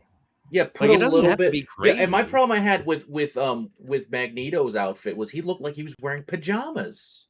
Oh, you've been waiting to say that for so long. No. You have to listen to this. This is worth. His helmet was awesome, but because Ian McKellen was so old, we got to give him pajamas. That wasn't his superhero. That's not a villain costume. His bodysuit, should have been a bodysuit like he wore in the comics or in the cartoon. Instead, they gave him pajamas. It looked ridiculous. Well, I mean, pajamas are comfortable. Yeah, for a 70-year-old man, it was quite comfy. I think that it is a broad brush that you could probably paint late 90s, early 2000s superhero costumes. The Matrix was big. Blade was big. The X-Men were like, no, the live action suits are going to be too silly. And that carried over to something that was defined by its costumes, which was G.I. Joe, in my opinion. I'm just as mad at G.I. Joe as I am at watching the Bayformers. And I'm like, when I was a kid, I knew how these robots transformed. When I'm watching this, it's just like jagged metal filings that all work together like, I just don't buy it and I don't like it. And that's why, like, I'm with you there. I'm so much happier. I hated the Michael Bay, Michael Bay Transformers. I also hated his take on the friggin' Ninja Turtles. Well, but we already had a perfect Ninja Turtle. Well, and again, we already had a perfect G.I. Joe. We already had a perfect Transformers. Like, and there are variations. Like, I just saw Transformers 1. I would have liked to see a good live action Transformers movie. Now, here's my there is a new G.I. Joe being made by Danny McBride. And it's apparently supposed to be very specific to the source material costumes. Cool. Apparently a good cast, because he's going to be pooling from his sort of talent friends and whatnot to be a part of it. Fingers crossed that Walton Goggins plays Beachhead, and he never takes off the mask. And but yeah. Like, that is supposed to be good, and it's not supposed to be like a jokey version, because Danny McBride is actually a G.I. Joe fan. So so regarding this G.I. Joe movie, but from Danny McBride, the status is it's currently in active casting phase, with the production targeted to enter by the beginning of 2027. Now, Danny McBride confirmed that the project will be grounded into a pure action movie rather than a comedy. The story centers around the character Duke and his team headed to Springfield, a seemingly normal town where every resident is secretly a member of a terrorist organization called Cobra. Very much similar to the way that the television cartoons were, where no matter where they went, everybody in the background was a member of Cobra. So he is taking the cartoon aspect of this in the storyline, based off what he's saying in this interview, that it's going to be very much so cartoon accurate, but it's also going to be a heavy action film. And he hopes for it to hit a high NC-17 to rated R rating. Oh, wicked! Wow, that's cool. Like, and also considering his like what he's been a part of in the past, he was in Tropic Thunder, so I'm okay with him sort of being aware of an action movie that can also be a comedy. But I'm glad he's leaning more into action. And then also in terms of his just. Like, the guy is fantastically aware of the genres that he is a part of, and so I am looking forward to him actually writing something. He's a good writer, and now, so regarding certain characters, regarding certain characters, I would like to see a more comic accurate Snake Eyes. And you know, Snake Eyes also is my favorite. Cobra Commander, and actually. You know, those characters, you know, the masked characters make those guys a little bit more comic accurate. I will go back to what I said before, but Steve I'm not Buscemi really is Shipwreck. Oh God! Don't start him on Steve Buscemi. Steve Buscemi is Shipwreck. I absolutely agree to Steve Buscemi in any role. Sure, let's do it. Absolutely. No, he's you're gonna get him started, man. We'll put Steve Buscemi in every role. Any single role I can get Steve Buscemi in, I'll be happy. Do you think he'd be a good Shipwreck though, or who else as a Joe would you put him? probably not shipwreck Okay. though. Okay. I think I want him to be in. I want him to. If I wanted to be on and have him put him on Cobra. Oh, what if Put him it's on Dr. Team Cobra. Mindbender? But I mean, we get Steve Buscemi in any role, please. Steve Buscemi is Dr. Mindbender. Please. You put a giant bushy mustache on that guy right there. No, put him as Cobra Commander. You just put a filter over his voice, and he'd probably be perfect. No, because it could work because he was Starscream in Transformers 1. Yeah, that's true. That's what I'm saying. Nah, sorry, I'll take that off the screen for you guys. I know that you guys love Steve Buscemi as much as I do. No, I do. I think it's hilarious. I just and besides, he played we're villains gonna go in the down past. a whole rabbit hole where he's gonna be playing every single character. If we don't stop it. That's how we should do it. But I have one movie, and I'm gonna get something to eat before my stream. I have one more movie. Okay. Space Jam. Before you do, can I read? Oh, Space Jam. I was just going to read chat real quick because Glacier said something about our comment about the costumes. All the fashion designers think that K is best, but it should always be close to source material. It's fan service, not the gala. Even though recently the X-Men and the comics did go to the Met Gala, it's true. They've been spending a lot of time over at. It was just the way things were at that time. I mean, we had the Matrix, we had Blade. That was, the black leather. That was the way things, were for superhero movies back then. But fucking Daredevil. Glacier doesn't want it to be Steve Buscemi. He wants it to be Gary Busey. Sorry about the swear. It's all right. It's all right. We swear. We're adults. It's Gary Busey, not Steve Buscemi. He wants. Glacier says it should be. Gary. I will agree Gary with Busey that. They're both crazy. Yeah. Oh man. Yeah. But they need, if they do, I just want to see them put my boy Sergeant Slaughter back in one more thing. Bring the Marauders back for one last mission. It's one last mission. Exactly. We're 79 years old, but we're gonna go for it. Well, again. it needs to be something where it's hidden from the public for a while, and then when we see the movie, he's the one that they have to find to bring the Joes back together and reform them. I mean, that would be one last one. Absolutely. I would just, if he can figure out a way to bring our Sarge back, just for one last hurrah in that franchise, he deserves it, man. Yeah. So what is your last movie? Because I know you have a little bit of time, and then we're going to stick around here for about another half an hour before we head over to your show. Half an hour, 45 minutes before we head over to yours. Cool. Yeah, like I said, Space Jam, Michael Jordan. That's the classic, sports movie. The Looney Tunes. Michael Jordan, I think, is one of the best athletes. Epitome and soundtracks. Yeah. I had the soundtrack. I mean, the whole movie was just great with Bill Murray in there and Newman. It was just such a classic movie at the time growing up.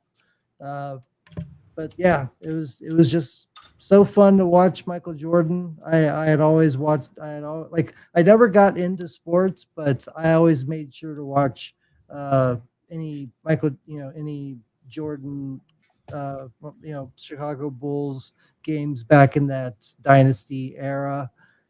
Scottie Pippen. So Space Jam was really big for us. I mean, we had Michael Jordan, as you were saying, Scottie Pippen. There was Larry Johnson, Patrick Ewing, Dennis Rodman. Yeah, Dennis Rodman. Who was in a movie with Jean-Claude Van Damme, by the way. He was in... exactly. I met him several times. My mom used to work at the airport back when I was a kid, and he would come through.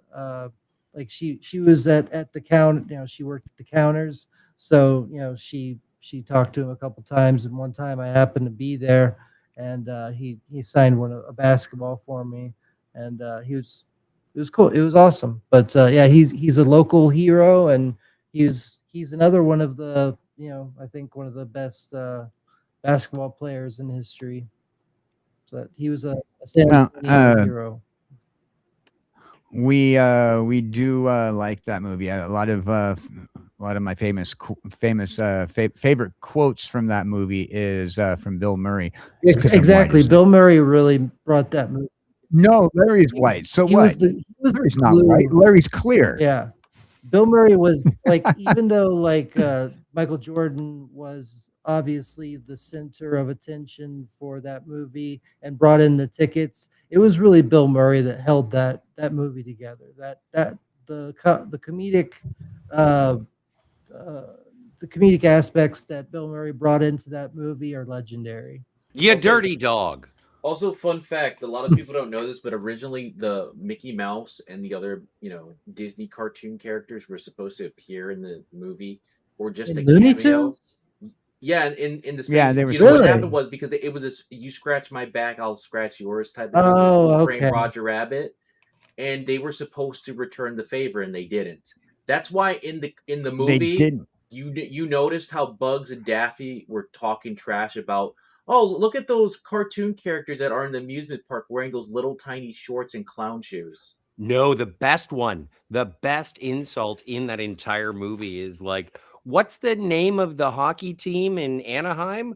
Oh, it's the Ducks. What kind of Mickey Mouse organization calls their... I don't remember that. That's what they were referencing because they were mad. All right, so about the Disney and after Who Framed Roger Rabbit, even during the making of Who Framed Roger Rabbit, Disney and Warner Brothers were having so much problems working together. And same with Marvel historically, even though Marvel keeps on still having crossovers with DC, not anymore now that Marvel's owned by Disney, I'm pretty sure. But they've had so many problems historically the two companies working together. It's like two fighting siblings, and like after Who Framed Roger Rabbit, depending on what story you believe, pretty much I believe that Disney kind of burned their bridges by trying to just demand everything from Warner Brothers, and Warner Brothers wanted 50-50 and Disney wasn't about to give 50-50. It kind of ruined their relationship, and they were supposed to have like a crossover with the Space Jam and with the for like the Disney characters were supposed to cross over with Warner Brothers characters with this, but that whole ordeal ruined that and several other projects that they would have had crossovers with. Well, there was, and as you mentioned, just as far back and even probably farther, because they've always been competitors. But when Bugs and Mickey shared screen time, there was a strict equal number of words per line. They had to be 50-50 across the board in they terms did the same of their thing dialogue. with Daffy Duck too, and Daffy Donald Duck, and with the piano scene, and Donald. Daffy and Donald. Yeah, sorry, I couldn't remember the piano scene. Duck. The piano scene in Who Framed Roger Rabbit was supposed to be longer too. Yeah, but they couldn't figure out who was so to win, so it had to be a draw. So this was one of the movies where Billy West, one of my favorite voice actors, I wonder why. Why does that sound Billy West. What's he from? That sounds familiar. He's Fry from Futurama. He's Fry from Futurama. And he also was he was Ren and Stimpy. He was both Ren and Stimpy in the cartoon. He was in Ren and Stimpy. He was Zap Brannigan. He was very prolific. He was Doug from Doug. He was Doug too. Yes, for both the Disney that and used to be one of my favorite iterations. cartoons as a kid. Yeah, he was Doug. When they brought back the some of the old Hanna-Barbera characters, he was Muttley in 2000, and when they brought him back in 2005, it was Muttley when they brought him back in 2000. He was Shaggy, as you said, in Ren one and Stimpy. In one of the He was Scooby-Doo direct-to-video movies. I think it was Zombie Island. I think it was. Yeah, and he did a lot of stuff. Yeah, Billy West is prolific. Yeah, Yeah, I knew Billy West. So I anyhow, knew him from something. it was he was also Shaggy in the TV series. In the TV series Be Cool Scooby Doo. But yeah, so yeah, he did quite a bit of voiceover work, and he was most for me. My favorite is Fry. Yeah, that's I wouldn't know why. Yeah, exactly. but Shut up and give me he my was money. Shut up and take my money. he was the voice of Bugs Bunny in that movie. Now, me and King talk about in Space Jam. Yeah, there was that. No, it's like he talked about this years ago in an interview, and actually a couple of interviews. Like when they did the poster for Space Jam, and it's starring Michael Jordan and Bugs Bunny. He was pissed off that they didn't put his name Billy West in the thing. They just put Bugs Bunny because they treated it like he wasn't the guy is pretty voicing shitty, honestly. It was the same thing with the Sonic poster recently. With they didn't have the guy who they had James Marsden, who wasn't on the poster, and Jim Carrey. They didn't have the guy who voiced He was Sonic. going to be one of our honorable mentions on last night's show, but we ran out of time. That is pretty shitty, honestly. That sucks. Yeah, and he got mad about that, and he I got blackballed for a little bit. That's why he didn't do after Futurama. Have you noticed that he doesn't really do lead roles anymore? Yeah, but okay. So, but the thing is, Bugs Bunny is, and I know who Billy West is. I'm familiar with his work. I'm an admirer of his voice acting. However, if you had to be honest in terms of promotion for a film, who is more famous, Billy West or Bugs Bunny? I get it, but if they should have compromised and said, the voice of Billy West, the voice of Bugs Bunny. I mean, doing all that work. No, I disagree. I think I disagree with that. I think that if you on the lower quarter, like in the bottom where it says a Warner Brothers picture, yada yada yada, blah blah blah, Michael Jordan, Billy with West, all the fine print down the bottom. What are the credits at the bottom? I'm fine with that. But when we're talking about marketing the movie and what's on the poster, it is, and also let's not forget. I think Billy West did the audio commentary on the DVD, so it's not like he was completely all pissy about it. And he did the audio commentary as Bugs Bunny. He was, but the audio commentary came out a few years later. A year. Because it's a physical release. I mean, he got paid for it, but looking at the because I'm looking at promotions. There. I don't know which version of the poster is the one that came out at the theaters, but there is a version of the post. There's two versions of the poster that say coming to theaters November 15th, one of which does not have the fine print on it and one of which does. So some of so I'm seeing that they had promotional imagery with the fine print at the bottom that has all the star names and people associated, and then they had the movie theater poster which did not have that. Well, Billy West, if you're listening, so yell at me. Tell me I'm costing you dollars. Hey, if Billy West, if you're listening and you're going to take time to yell, come over and do it on the show, so that way we can do it to our face. Exactly. We want you to be here. I love you, buddy. And to answer the question of Glacier, no, we have not talked about the Mighty Ducks yet. I mean, I don't know if there were any professional athletes in that movie, but I do love the Mighty Ducks. But it was a good sports movie. But yeah, everybody, I am going to go eat something and get ready for my stream. In exactly 1 hour, Theta of Nerd Archaeology will be doing something with us. What is that, Theta? Well, as always, on Sundays, I have a show called Cosmic Theta Theater 2117, where we do a Mystery Science Theater 3000 type of thing, but it's kind of evolved into just a watch party. And tonight we're going to be watching The Butterfly Effect with Ashton Kutcher, Amy Smart, and Ethan Suplee.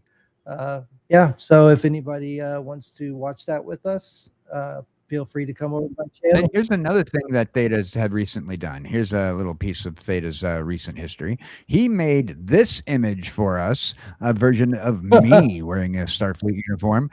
That's right. Give it up for Theta. He's one of my featured artists in my featured artist collection. Find him over out on the Twitter, where you can follow him and possibly even find yourself enjoying some of Theta's content over there as well. Yeah. I'm on Rumble. I also have a second channel that I'm trying to build up to get monetized. It's just Nerd Archaeology.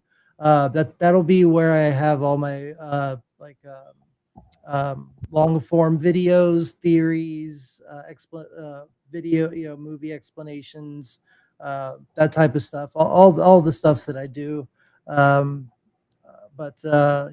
I'm still going to keep the Theta of Nerd Archaeology as my channel for live streaming and shorts, stuff like that. So come and you can find him once again. You can find Theta once again over on YouTube by following the link in this video. Yeah.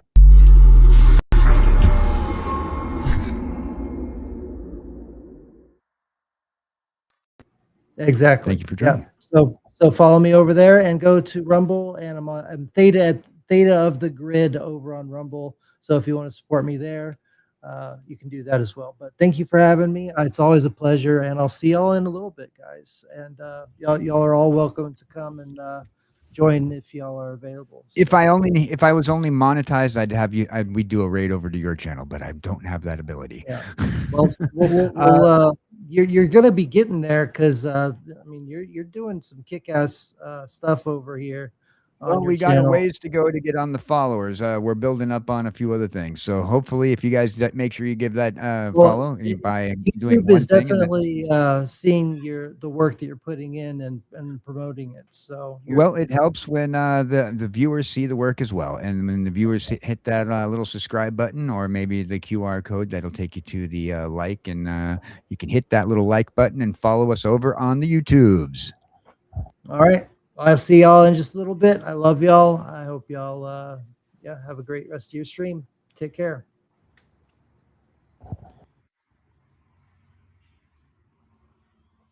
We're going to stick around for another 30 minutes to 45 minutes at the most.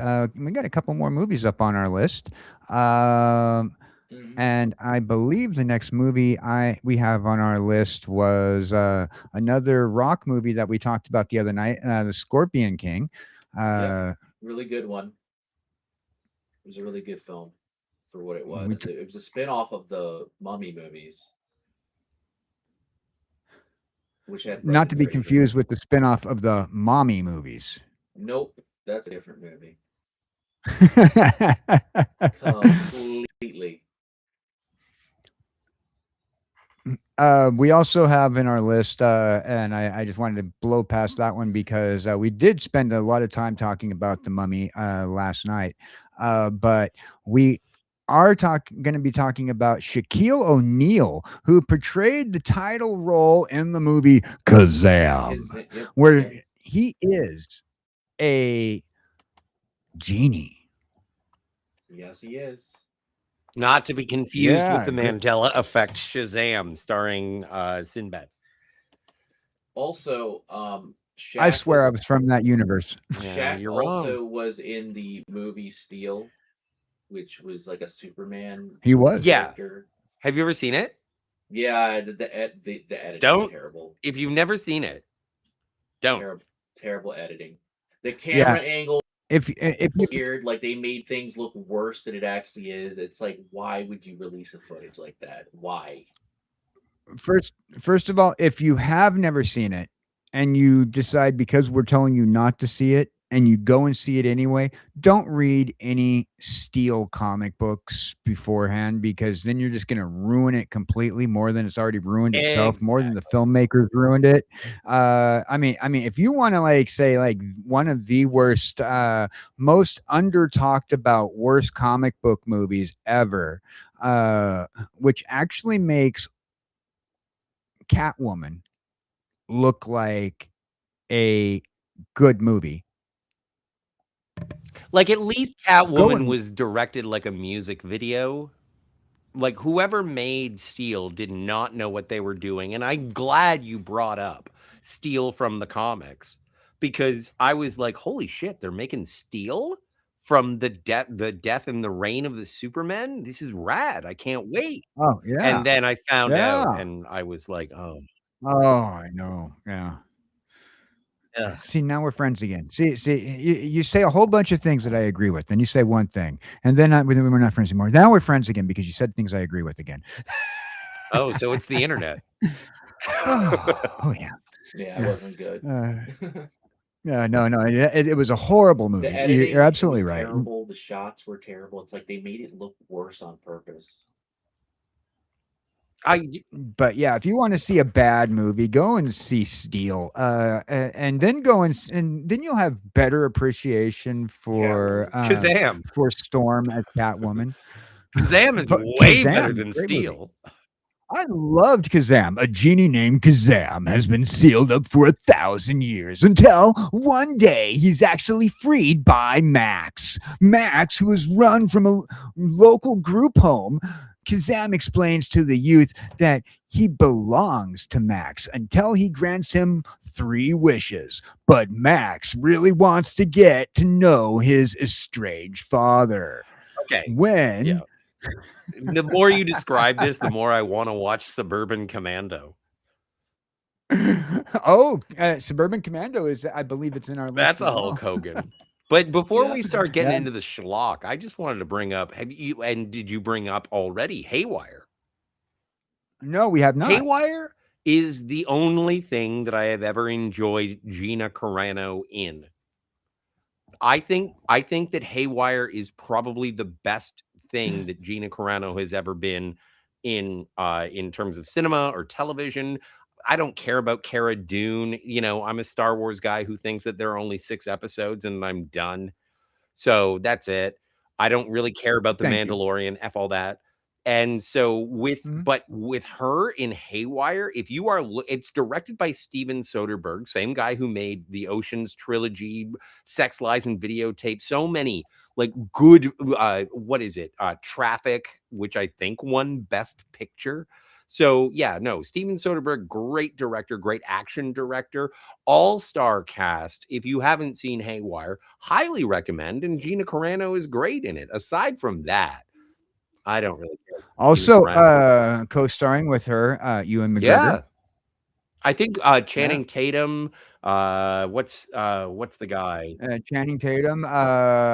Michael Fassbender. I was trying to think of. Yeah, no, it's a great movie, and I think Antonio Banderas. Yeah, it's got a stellar. Michael Douglas. Yeah, big cast. It is a good movie. 2011. Like, say what you want to say. If you like Gina Carano or not, if you we here over on our channel have mixed opinions about her. If you've only heard our conversations after the stream regarding Gina Carano, some of us get canceled and some of us are being praised. Well, I don't think she. I'll tell you. I don't think she should have got canceled. I don't think that it's fair. We didn't say that. We didn't say that. Well, I'm just saying what I think. That's all. Yeah, I would be canceled by some of the things I would be saying about Gina Carano. Like, I love her. I think that she's hot. You know. No. Oh, more boob stuff. Right, but no, I think she's hot. Yeah. But like regarding Gina Carano, I just would like, people wouldn't like my take on like the whole situation on both sides. I'm like, yeah, you should have kept your mouth shut. You gotta have said what you said you were gonna say, you know. At the same time, like, I'm like saying things that both sides would hate regarding Gina Carano. The people who try to cancel her and the people who are defending her would hate me for what I have to say. I just think that okay, sorry, King. No, I just think that if she wanted to get work again, she should have said that. She should have never said, I'm going to expose Disney. Don't say that. She lied. And that's my problem. I had no problem with her prior to that. If she would have told her fans, "Hey, fans, let me make the decision that I want to make, so I can get work again," I would have had no problem with that. I would have not gotten. But she deceived people by not. She's like, "I'm going to expose you." No, don't say that. You didn't expose nobody. The whole thought process is if you want to keep going and not have people attack you in your medium is don't open your mouth. Even if you're in the right or the wrong. And this is somebody that likes Gina Carano. I don't have any issues. It's just I didn't like how she was not sincere what she actually meant by certain sayings or actions that she was doing. Well, you also have to and for me, I look at the other people who are under the umbrella of Disney's, I don't know, employment. And like Letitia Wright came out in between Black Panther movies, and she was like, "I'm not getting vaccinated," and everyone was like, "Oh, Letitia Wright is no longer a part of the Black Panther franchise," because she said that. And then you have, and there have been there are many people who make political statements under the umbrella. Oh, heck. What the hell? Scarlett Johansson sued the pants off Disney for Black Widow, but that was mostly because they kind of lied about their contract. Right. But she worked with Disney. She was. Oh, she's producing for Disney mostly now. But I think because of her lawsuit, but she's I don't think they're going to bring her back to the Marvel franchise considering they killed her off. I hope some people I think she should stay dead. I would have had her be like Andrea Beaumont / the Phantasm, or that'd be cool. Yeah, you could do some, give her a big role. Like I would even make her like Power Girl, an older version of Power Girl, older. But didn't she even? Well, come on, the entire internet wants Sydney Sweeney to have a boob window. So I know, but I'm talking about an older version of Power Girl, one that's in her 40s or 50s. Because you want to bring her in. You don't 40 or 50-year-old Power Girl. Dude. Why do you want to see 40 or 50? Why is your Power Girl MILF.com? Dude, you're not getting the point. No, you're not. You're not. I'm sorry, but you want to bring in somebody like that into your fold, you have to entice them. Scarlett Johansson has done voices for What If, like the animated What If. She still works as Natasha Romanoff in the Marvel universe. And I'm sure that there's going to be a flashback that happens eventually between Yelena Belova and Natasha. It's inevitable. Like Thanos.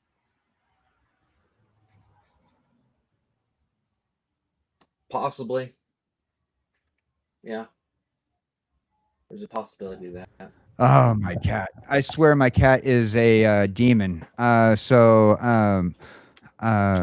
daughter-in-law just popped into the room and said, "I think your cat stole my scrunchies." And sure enough, my cat's been all obsessed about her scrunchies. It's his new toys. I picked him up and tossed them to her, and he starts hissing at her like, "Those are my toys. You keep on hiding them from me." Annoying little demon cat, I swear. That's why we call him Q.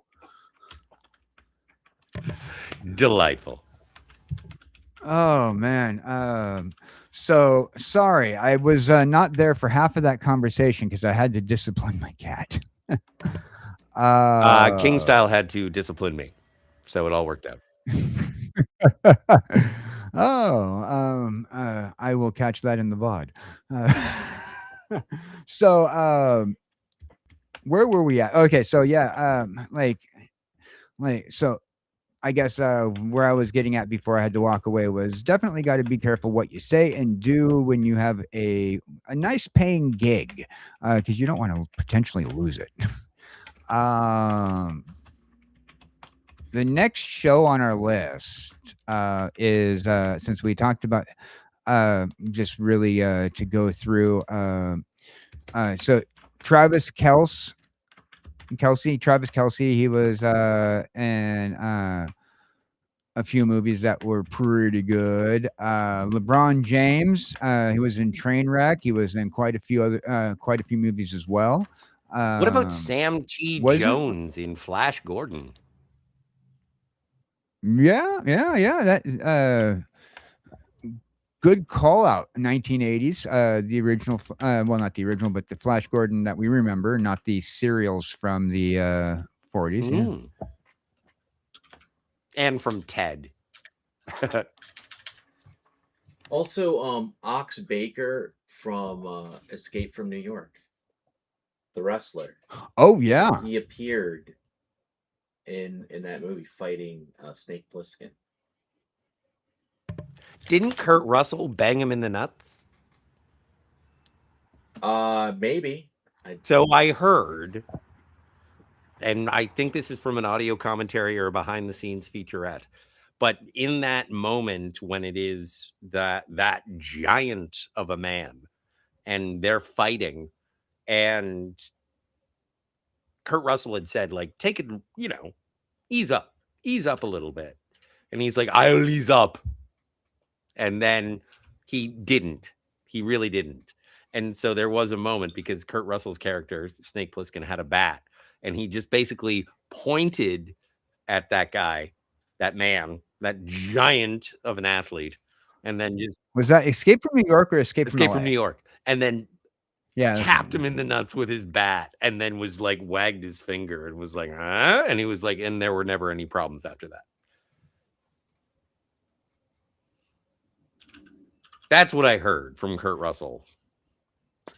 Not in person or anything. I wouldn't be surprised though, because Ox Baker was a big dude, and yeah, he's very intimidating looking too. Like he had, man. He adjusted his eyebrows to look more menacing. He said that, and also supposedly, he made this a part of his character. He had the Heartstopper punch, which supposedly a wrestler died when he punched him near his chest / heart area. He says that wasn't originally intended, that he actually got a heart attack naturally, but because he was a villain character, he ran with it, and he said, yeah, I have the Heartstopper punch, and he made that his finishing move. Where's that guy from? I think he was from Minnesota or in... Okay, I don't know why I'm giving him like or a Michigan. Eastern Like he was around that European area. accent. Well, obviously he probably was just trying to fit with the gimmick, but he had a goatee. He looked like a super villain from a movie. Yeah. Oh, yeah. So Ox Baker, real name Douglas Baker, known professionally as the Ox, was an American professional wrestler and actor. He was famous for his distinctive eyebrows and finishing move, the Heart Punch, sometimes called the Hurt Punch, after Baker's famous catchphrase, I love to hurt people. Oh, Jesus. That's on his business card. That's awesome. You just gotta love that that goatee though, that he had. Dude, he looked menacing. Like he legit looked like he looked like a Flash Gordon villain. So the legendary gladiator fight scene with John Carpenter, from John Carpenter's 1981 classic Escape from New York, featuring Kurt Russell as Snake Plissken facing off against real-life professional wrestler Ox Baker, playing the brute powerhouse named Slag, had real punches thrown, once again in a movie where there were issues. Now, Ox Baker was a seasonal pro wrestler who used full contact brawl, but had virtually no prior movie experience. Because of this, he struggled to pull his punches for the camera, resulting in handed blows that forced Kurt Russell to legitimately duck and deflect for his own safety. The stunt doubles received injury. Before Kurt Russell took on the brunt of the scene himself, the legendary stunt double Dick Warlock filmed portions of the fight. Baker hit Warlock so hard that he gave the stuntman a severe concussion, sidelining him and forcing Russell to finish the highly physical match on his own. Talk about a tag team event. Yeah. The warning shot. After taking multiple stiff shots from the wrestling giant, Russell reportedly decided to set firm boundaries, during which, taking a take, he walked right up to Baker and struck him square in the groin to send him clear messages. 1, the tone of the impact. 2, don't mess with me. 3, I am the star here. Yeah. The spiked back stunt. In the final stretch of the brawl, Snake strikes Slag using the baseball bat lined with actual metal spikes to pull off this safely. The crew members attached protective block of wood to the back of Baker's head. Oh, okay. So, put a block of wood on the back of somebody's head, so that way you can hit them with a bat with a bunch of nails in it. Yeah. Oh, yeah. That'll do good. I love that movie. I just won't aim at the block of wood. I'm going to aim somewhere else. Well, no, come on. You got to be professional, and murder is still murder, no matter whether or not it's on film. It's not like the difference between prostitution and pornography. Dude, the guy is like 2 feet taller than Kurt Russell. It's just like, hey, I couldn't You're not reach. allowed to It kill was an people. accident.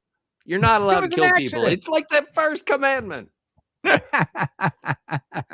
Also, I think he was wearing like wrestling boots too. He wasn't just wearing like regular shoes, so he looked taller even more. Because wrestling shoes or wrestling boots, they put some height in you as well, a little half an inch or an inch. So he looked very menacing. Like I don't blame Kurt Russell. Like, dude, Ox Baker, he looked like he could kill somebody. I'm trying to see if I can find a good image here. But yeah, the guy is just like menacing on his own. He was on The Price is Right, which is hilarious. You know, he was a contestant on The Price is Right, the 70s or 80s version of it. Once I'm trying to find like a side-by-side image of the two, and like there's like a drastic size difference, and I can't find the image. But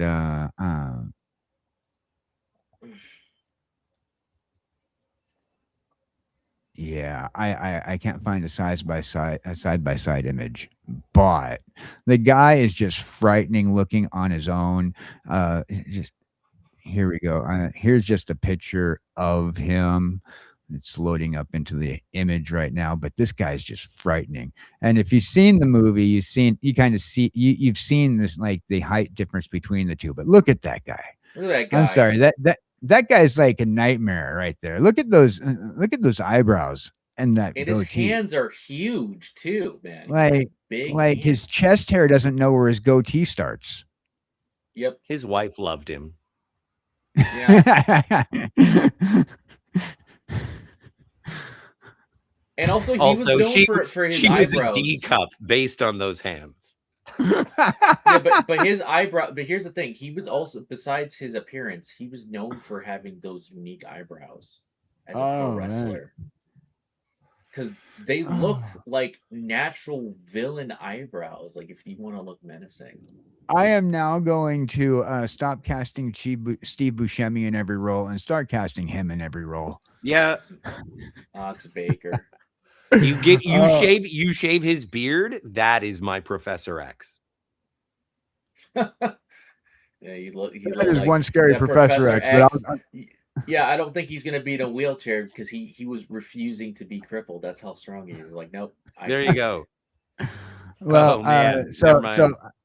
So yeah, so he was just like in the conversation about Hulk Hogan versus Stallone, there was injuries on the set due to a wrestler not knowing how to pull their punches, which I find kind of weird because now that what we know about the wrestling industry today, like it's all pulled punches anyway.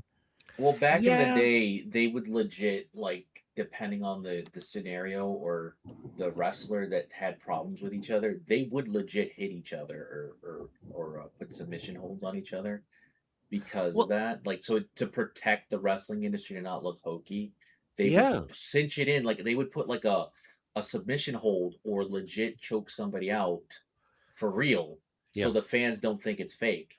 Or they'll hit each other with a punch clothesline really hard, and people didn't see it as hokey. Nowadays, these kids that do wrestling now, they're like, "Oh, don't hit me too hard." But back in Ox Baker and Hulk Hogan's day, you had to lay it in, as they call it. You had to make it look Oh, what real. was it? I recently saw like an interview with Hulk Hogan, and he was doing an exhibition match in Japan. Mhm. And he acclimatized, I don't know if that's the right word, but he was more sensitive to the interview segments because of the respectful nature of Japanese culture. And so I do see when the wrestling persona is transposed into a different culture or a different sort of line of work, which I think making movies is. But I get what you're saying. Like if you showed up and you were a wrestler in 1981 on set, you were like, okay, I have to be the toughest. Yep. And I can see how Ox would be overcompensating or maybe going a little too hard in the paint. Yep. Because remember, he couldn't pretend to be like he couldn't tone down his hitting, because if he did matches, people would say that he's a weakling or he's fake or whatever. So that's Well, and going probably over why. going over to a different John Carpenter movie. That's why the fight scene between Keith David and Roddy Piper is so amazing, is because they did event. They like upped the ante, and it was like, hit me, it's fine. Because Keith Yeah, David was a, or is it David Keith? I fucking always forget. Keith It David. was Yeah, Keith David. It was Keith I David. know. I'm just fussing it. Anyway, and so the thing is that Keith David used to be a boxer. And so he was like, yeah, no, it's fine. You can hit me if you want because you're professional. And so they did actually get into it. And when they fought, like that's part of the reason why that scene sells and hits so hard. No pun intended. For those people in chat who don't know what movie that Scotty's referring to, it is a movie called They Live. And the scene is an alley fight in particular that he's referring to.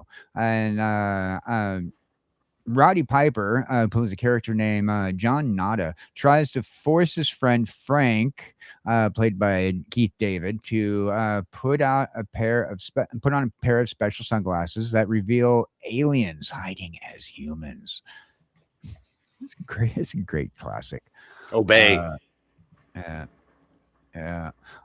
The scene, Frank refuses to wear the glasses and leads to a brutal, raw, and surprising long street fight that lasts over 5 minutes on screen. They live.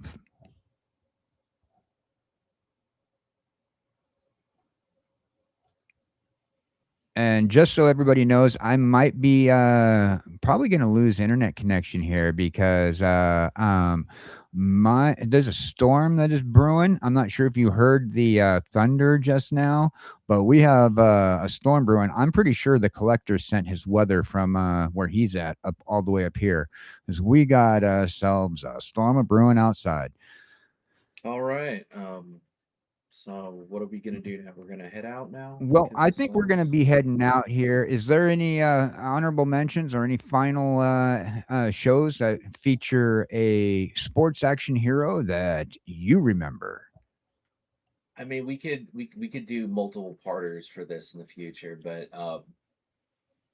Jean-Claude Van Damme, Bloodsport. He was a martial artist. Bloodsport. That whole series. Um, yeah, like he was a legit martial artist. He did tournaments, so it counts. So there you go. And Frank Jean-Claude Dukes. Van Damme as just an honorable mention to what we mentioned earlier, Street Fighter. Oh yeah, he was Guile. Yeah. He was Guile from Street Fighter. And in the new Street Fighter movies, we can't really talk about it because it hasn't come out yet. So can't wait. Oh my god! I thought we couldn't talk about it because it's the new Street Fighters in a club, and we're not allowed to talk about the Fight Club. No. Unfortunately, it hasn't been released yet. So when we do like a new parter to this, we can finally talk about it eventually. But that's going to be so cool because, again, part of the reason why my distaste for the G.I. Joe movies is that they're not costumed like the characters. And I'm looking forward to the Street Fighter characters to actually be costumed like the Street Fighter characters. So that is, after Coyote versus Acme, the next one I'm looking forward to is Street Fighter. Yeah. Speaking of athletes, John Cena is in Coyote versus Acme, so it stays with the theme of the stream. Yeah, I'm hoping that they do pretty good on it. I have one last thing to show you guys real quick, and then we're going to close out our show. I really appreciate everybody joining us today on this, once again, another last-minute episode of Cowboys and Kings, because we're trying to just do a little subathon and get everybody to follow and sub to everybody in our little community here. Now, if I can get this to come up on screen, that would be just great. Thank you. Here we go. So if you would like to support the channel, we do have our gear shop where we have live with Cowboy Dan gear. We have gear for all of our shows exclusively for our show here. Official tonight. We do have access to the first piece of merchandise on our shop, and it did not. Oh, there we go. It is the Cowboys and Kings official coffee mug. You can get it in two sizes. You can get it in an 11 ounce and in a 15 ounce. And they have our logo plastered right on it. So that way, when you are hanging out with us, you can have your beverage in a Cowboys and Kings coffee mug. And if you want to get that coffee mug, all you have to do is type in KJCBD at checkout. In order to get to our site, all you need to do is click on that little QR code right there. Take a little screenshot right now and store that screenshot into your photos area. And then you can actually go back and forth to our merch shop whenever you want by using that QR code. Once again, use KJCBD26 for 10% off at checkout. And you too can be part of the Cowboys and Kings crew and drink the coffee the way we do. Also, if you want to support the channel, make sure you go give everybody a follow, whether it be King Style, myself, and or our boy Scotty over there. And don't forget, we're going to be going over to hang out with Theta of Nerd Archaeology. In the meantime, what we're going to do is we're going to give Scotty a chance to let everybody know where he's going to be at next. Scotty, what are you doing? Everything is terrible. It just started raining, and I'm sitting outside, so this is going to be loud, and there's going to be a lot of tin noises. So everybody's getting the rain. Can you hear that? That's fucking yeah. Yeah, we can hear it. Yeah, we're getting it too over here. You know what? Curse you, Mother Nature. You're interrupting my stream with your own. Tonight, good luck with the butterfly effect. Thank heavens for Ashton Kutcher and Amy Smart and Ethan Suplee. I'm going to be hanging out with Jill later on, and we're going to be playing Final Fantasy. And so that's going to be over on Anti-Derivative Jill's channel on Rumble, where she's doing her new gaming streams. Any game that we haven't finished yet on YouTube, we will finish on YouTube, but she is transitioning her gaming streams over to Rumble. And if you want to keep up with me and all of my shenanigans, you can follow me on XCOM at ScottyR37. And thank you, Dan, for having me, and King for putting up with me. always Yeah. Be safe. Make sure that when you go over to Jill's place, you put on a rain jacket and stay out of the lightning. I make no promises. I live on the edge. Oh, that was Scotty, ladies and gentlemen. Oh, that was Scotty, ladies and gentlemen. And King, any last minute words you have for us? Let's get ready to rumble, guys. Oh, we're in the danger zone. Danger zone. You have to quote Macho Man Randy Savage. We've been to the danger zone, yeah. Yeah, buddy. Oh, yeah. Let's get out of here. So let's get out of here.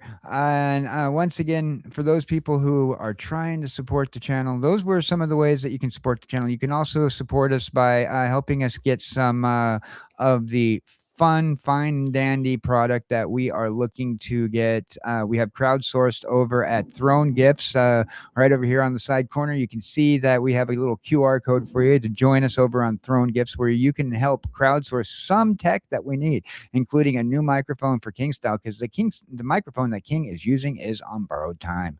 So in other words, it's borrowed, and we want to keep our show going. Also, if you want to help keep us going without a watermark on our show, feel free to donate via Ko-Fi, because Ko-Fi is one great way to support us, since we are not monetized on our channel over here at YouTube, and YouTube is making it a little harder. Speaking of not being monetized, you can also find us over on Twitter X, and at Twitter X, what you can do is donate using this, once again, this QR code right there, where you can donate to the channel, and it actually gives the best percentage back to your content creator. So if you want to feel free to drop us something, feel free to drop it there. Once again, anything that goes to our financial aspect of donations will go to make sure that there is no watermark on our channel, and also help get any tech that we need for the future.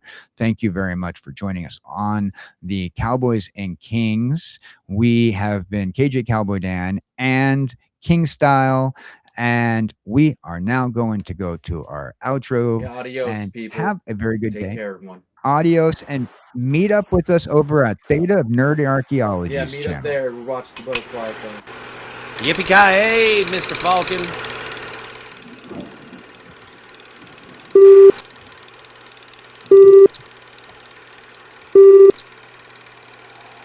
Step right up. Lights on, mics hot. Where outlaws talk loud and kings don't whisper. Welcome to Cowboys and Kings.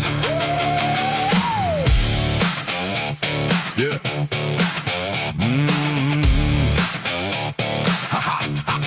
Cowboys and Kings.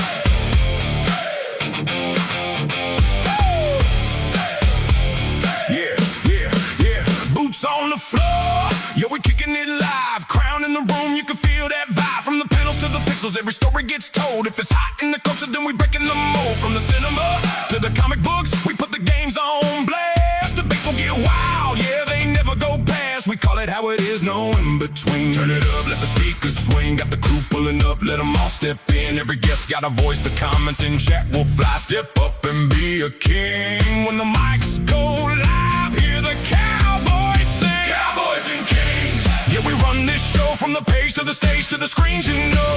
Hot takes it with a rebel swing. It's a Cowboys grit and a King's gold ring. Cowboys and Kings. Let the whole world hear as we break it all down, keeping it loud and clear. Bring more than talk when y'all step in the ring. When you come to the battle royale, you better bring your thing. Welcome to the show, Cowboys and Kings. Yeah, King Style, clean with the sharp cut look. The feline of finesse, the Jaguar dripping luxury, bow tie tight like a best-selling book. Calm in the storm, buddy, bring that fire. Every word hits clean. You know we gonna take it higher, gather y'all to the King's Court, yeah, with stories untold. Grab your armor, grip your sword, represent the kingdom with pride. Cowboy Dan got that outlaw tone, rough edge truth and a voice well known. He's a head trapped in the jar, jokes and memes will set you free. Bro, that perspective hit differently. The saloon serves them hard, the door swings wide. Outlaw scream, a six-gun dreamer. Saddle up, let's ride. Laughs get loud and the takes get bold. Hard truths get dropped, some myths get sold. Spin that topic, let opinions clash. Some burn slow, some strike like a match. No script needed when the sparks ignite. Just real talk living in the spotlight. Cowboys and kings, yeah, we run this show from the page to the stage to the screens, you know. Hot takes hit with a rebel swing. It's a cowboy's grit and a king's gold ring. Cowboys and kings, let the whole world hear. We break it all down, keeping it loud and clear. Bring more than talk when y'all step in the ring. When you come to the battle royale, you better bring your thing. Welcome to the show, Cowboys and Kings. Lights get low, but the combo stays bright. Every fandom got a reason to fight. Heroes, villains, lines get thin. Sometimes the truth is where the gray walks in. Yeah. Panel to panel, yeah, we flip that page. From retro classics to the modern age. Reboots, remakes, who got it right? Who dropped the ball in that box? Office fight, bruh. We call it straight, no filter here. From low budget gems to the blockbuster tier. One got the crown, one breaking the rules. Both dropping gems while we schooling fools. From comics to streams, yeah, we cover the field. Every hot take sharp like a blade unsealed. I guess step up to the mic that bring heat, that bring flames. They tell you a story when they step in the frame. Cowboys and kings, yeah, we run this show from the page to the stage to the screens, you know. Hot takes hit with a rebel swing. Under a cowboy's hat and a king's jewel crown, we gonna run this town. Cowboys and kings, yeah, we run this show from the page to the stage to the screens, you know. Hot takes hit with a rebel swing. It's a cowboy's grit and a king's gold ring. Cowboys and kings, pull up a seat, join the conversation. Next round's on us.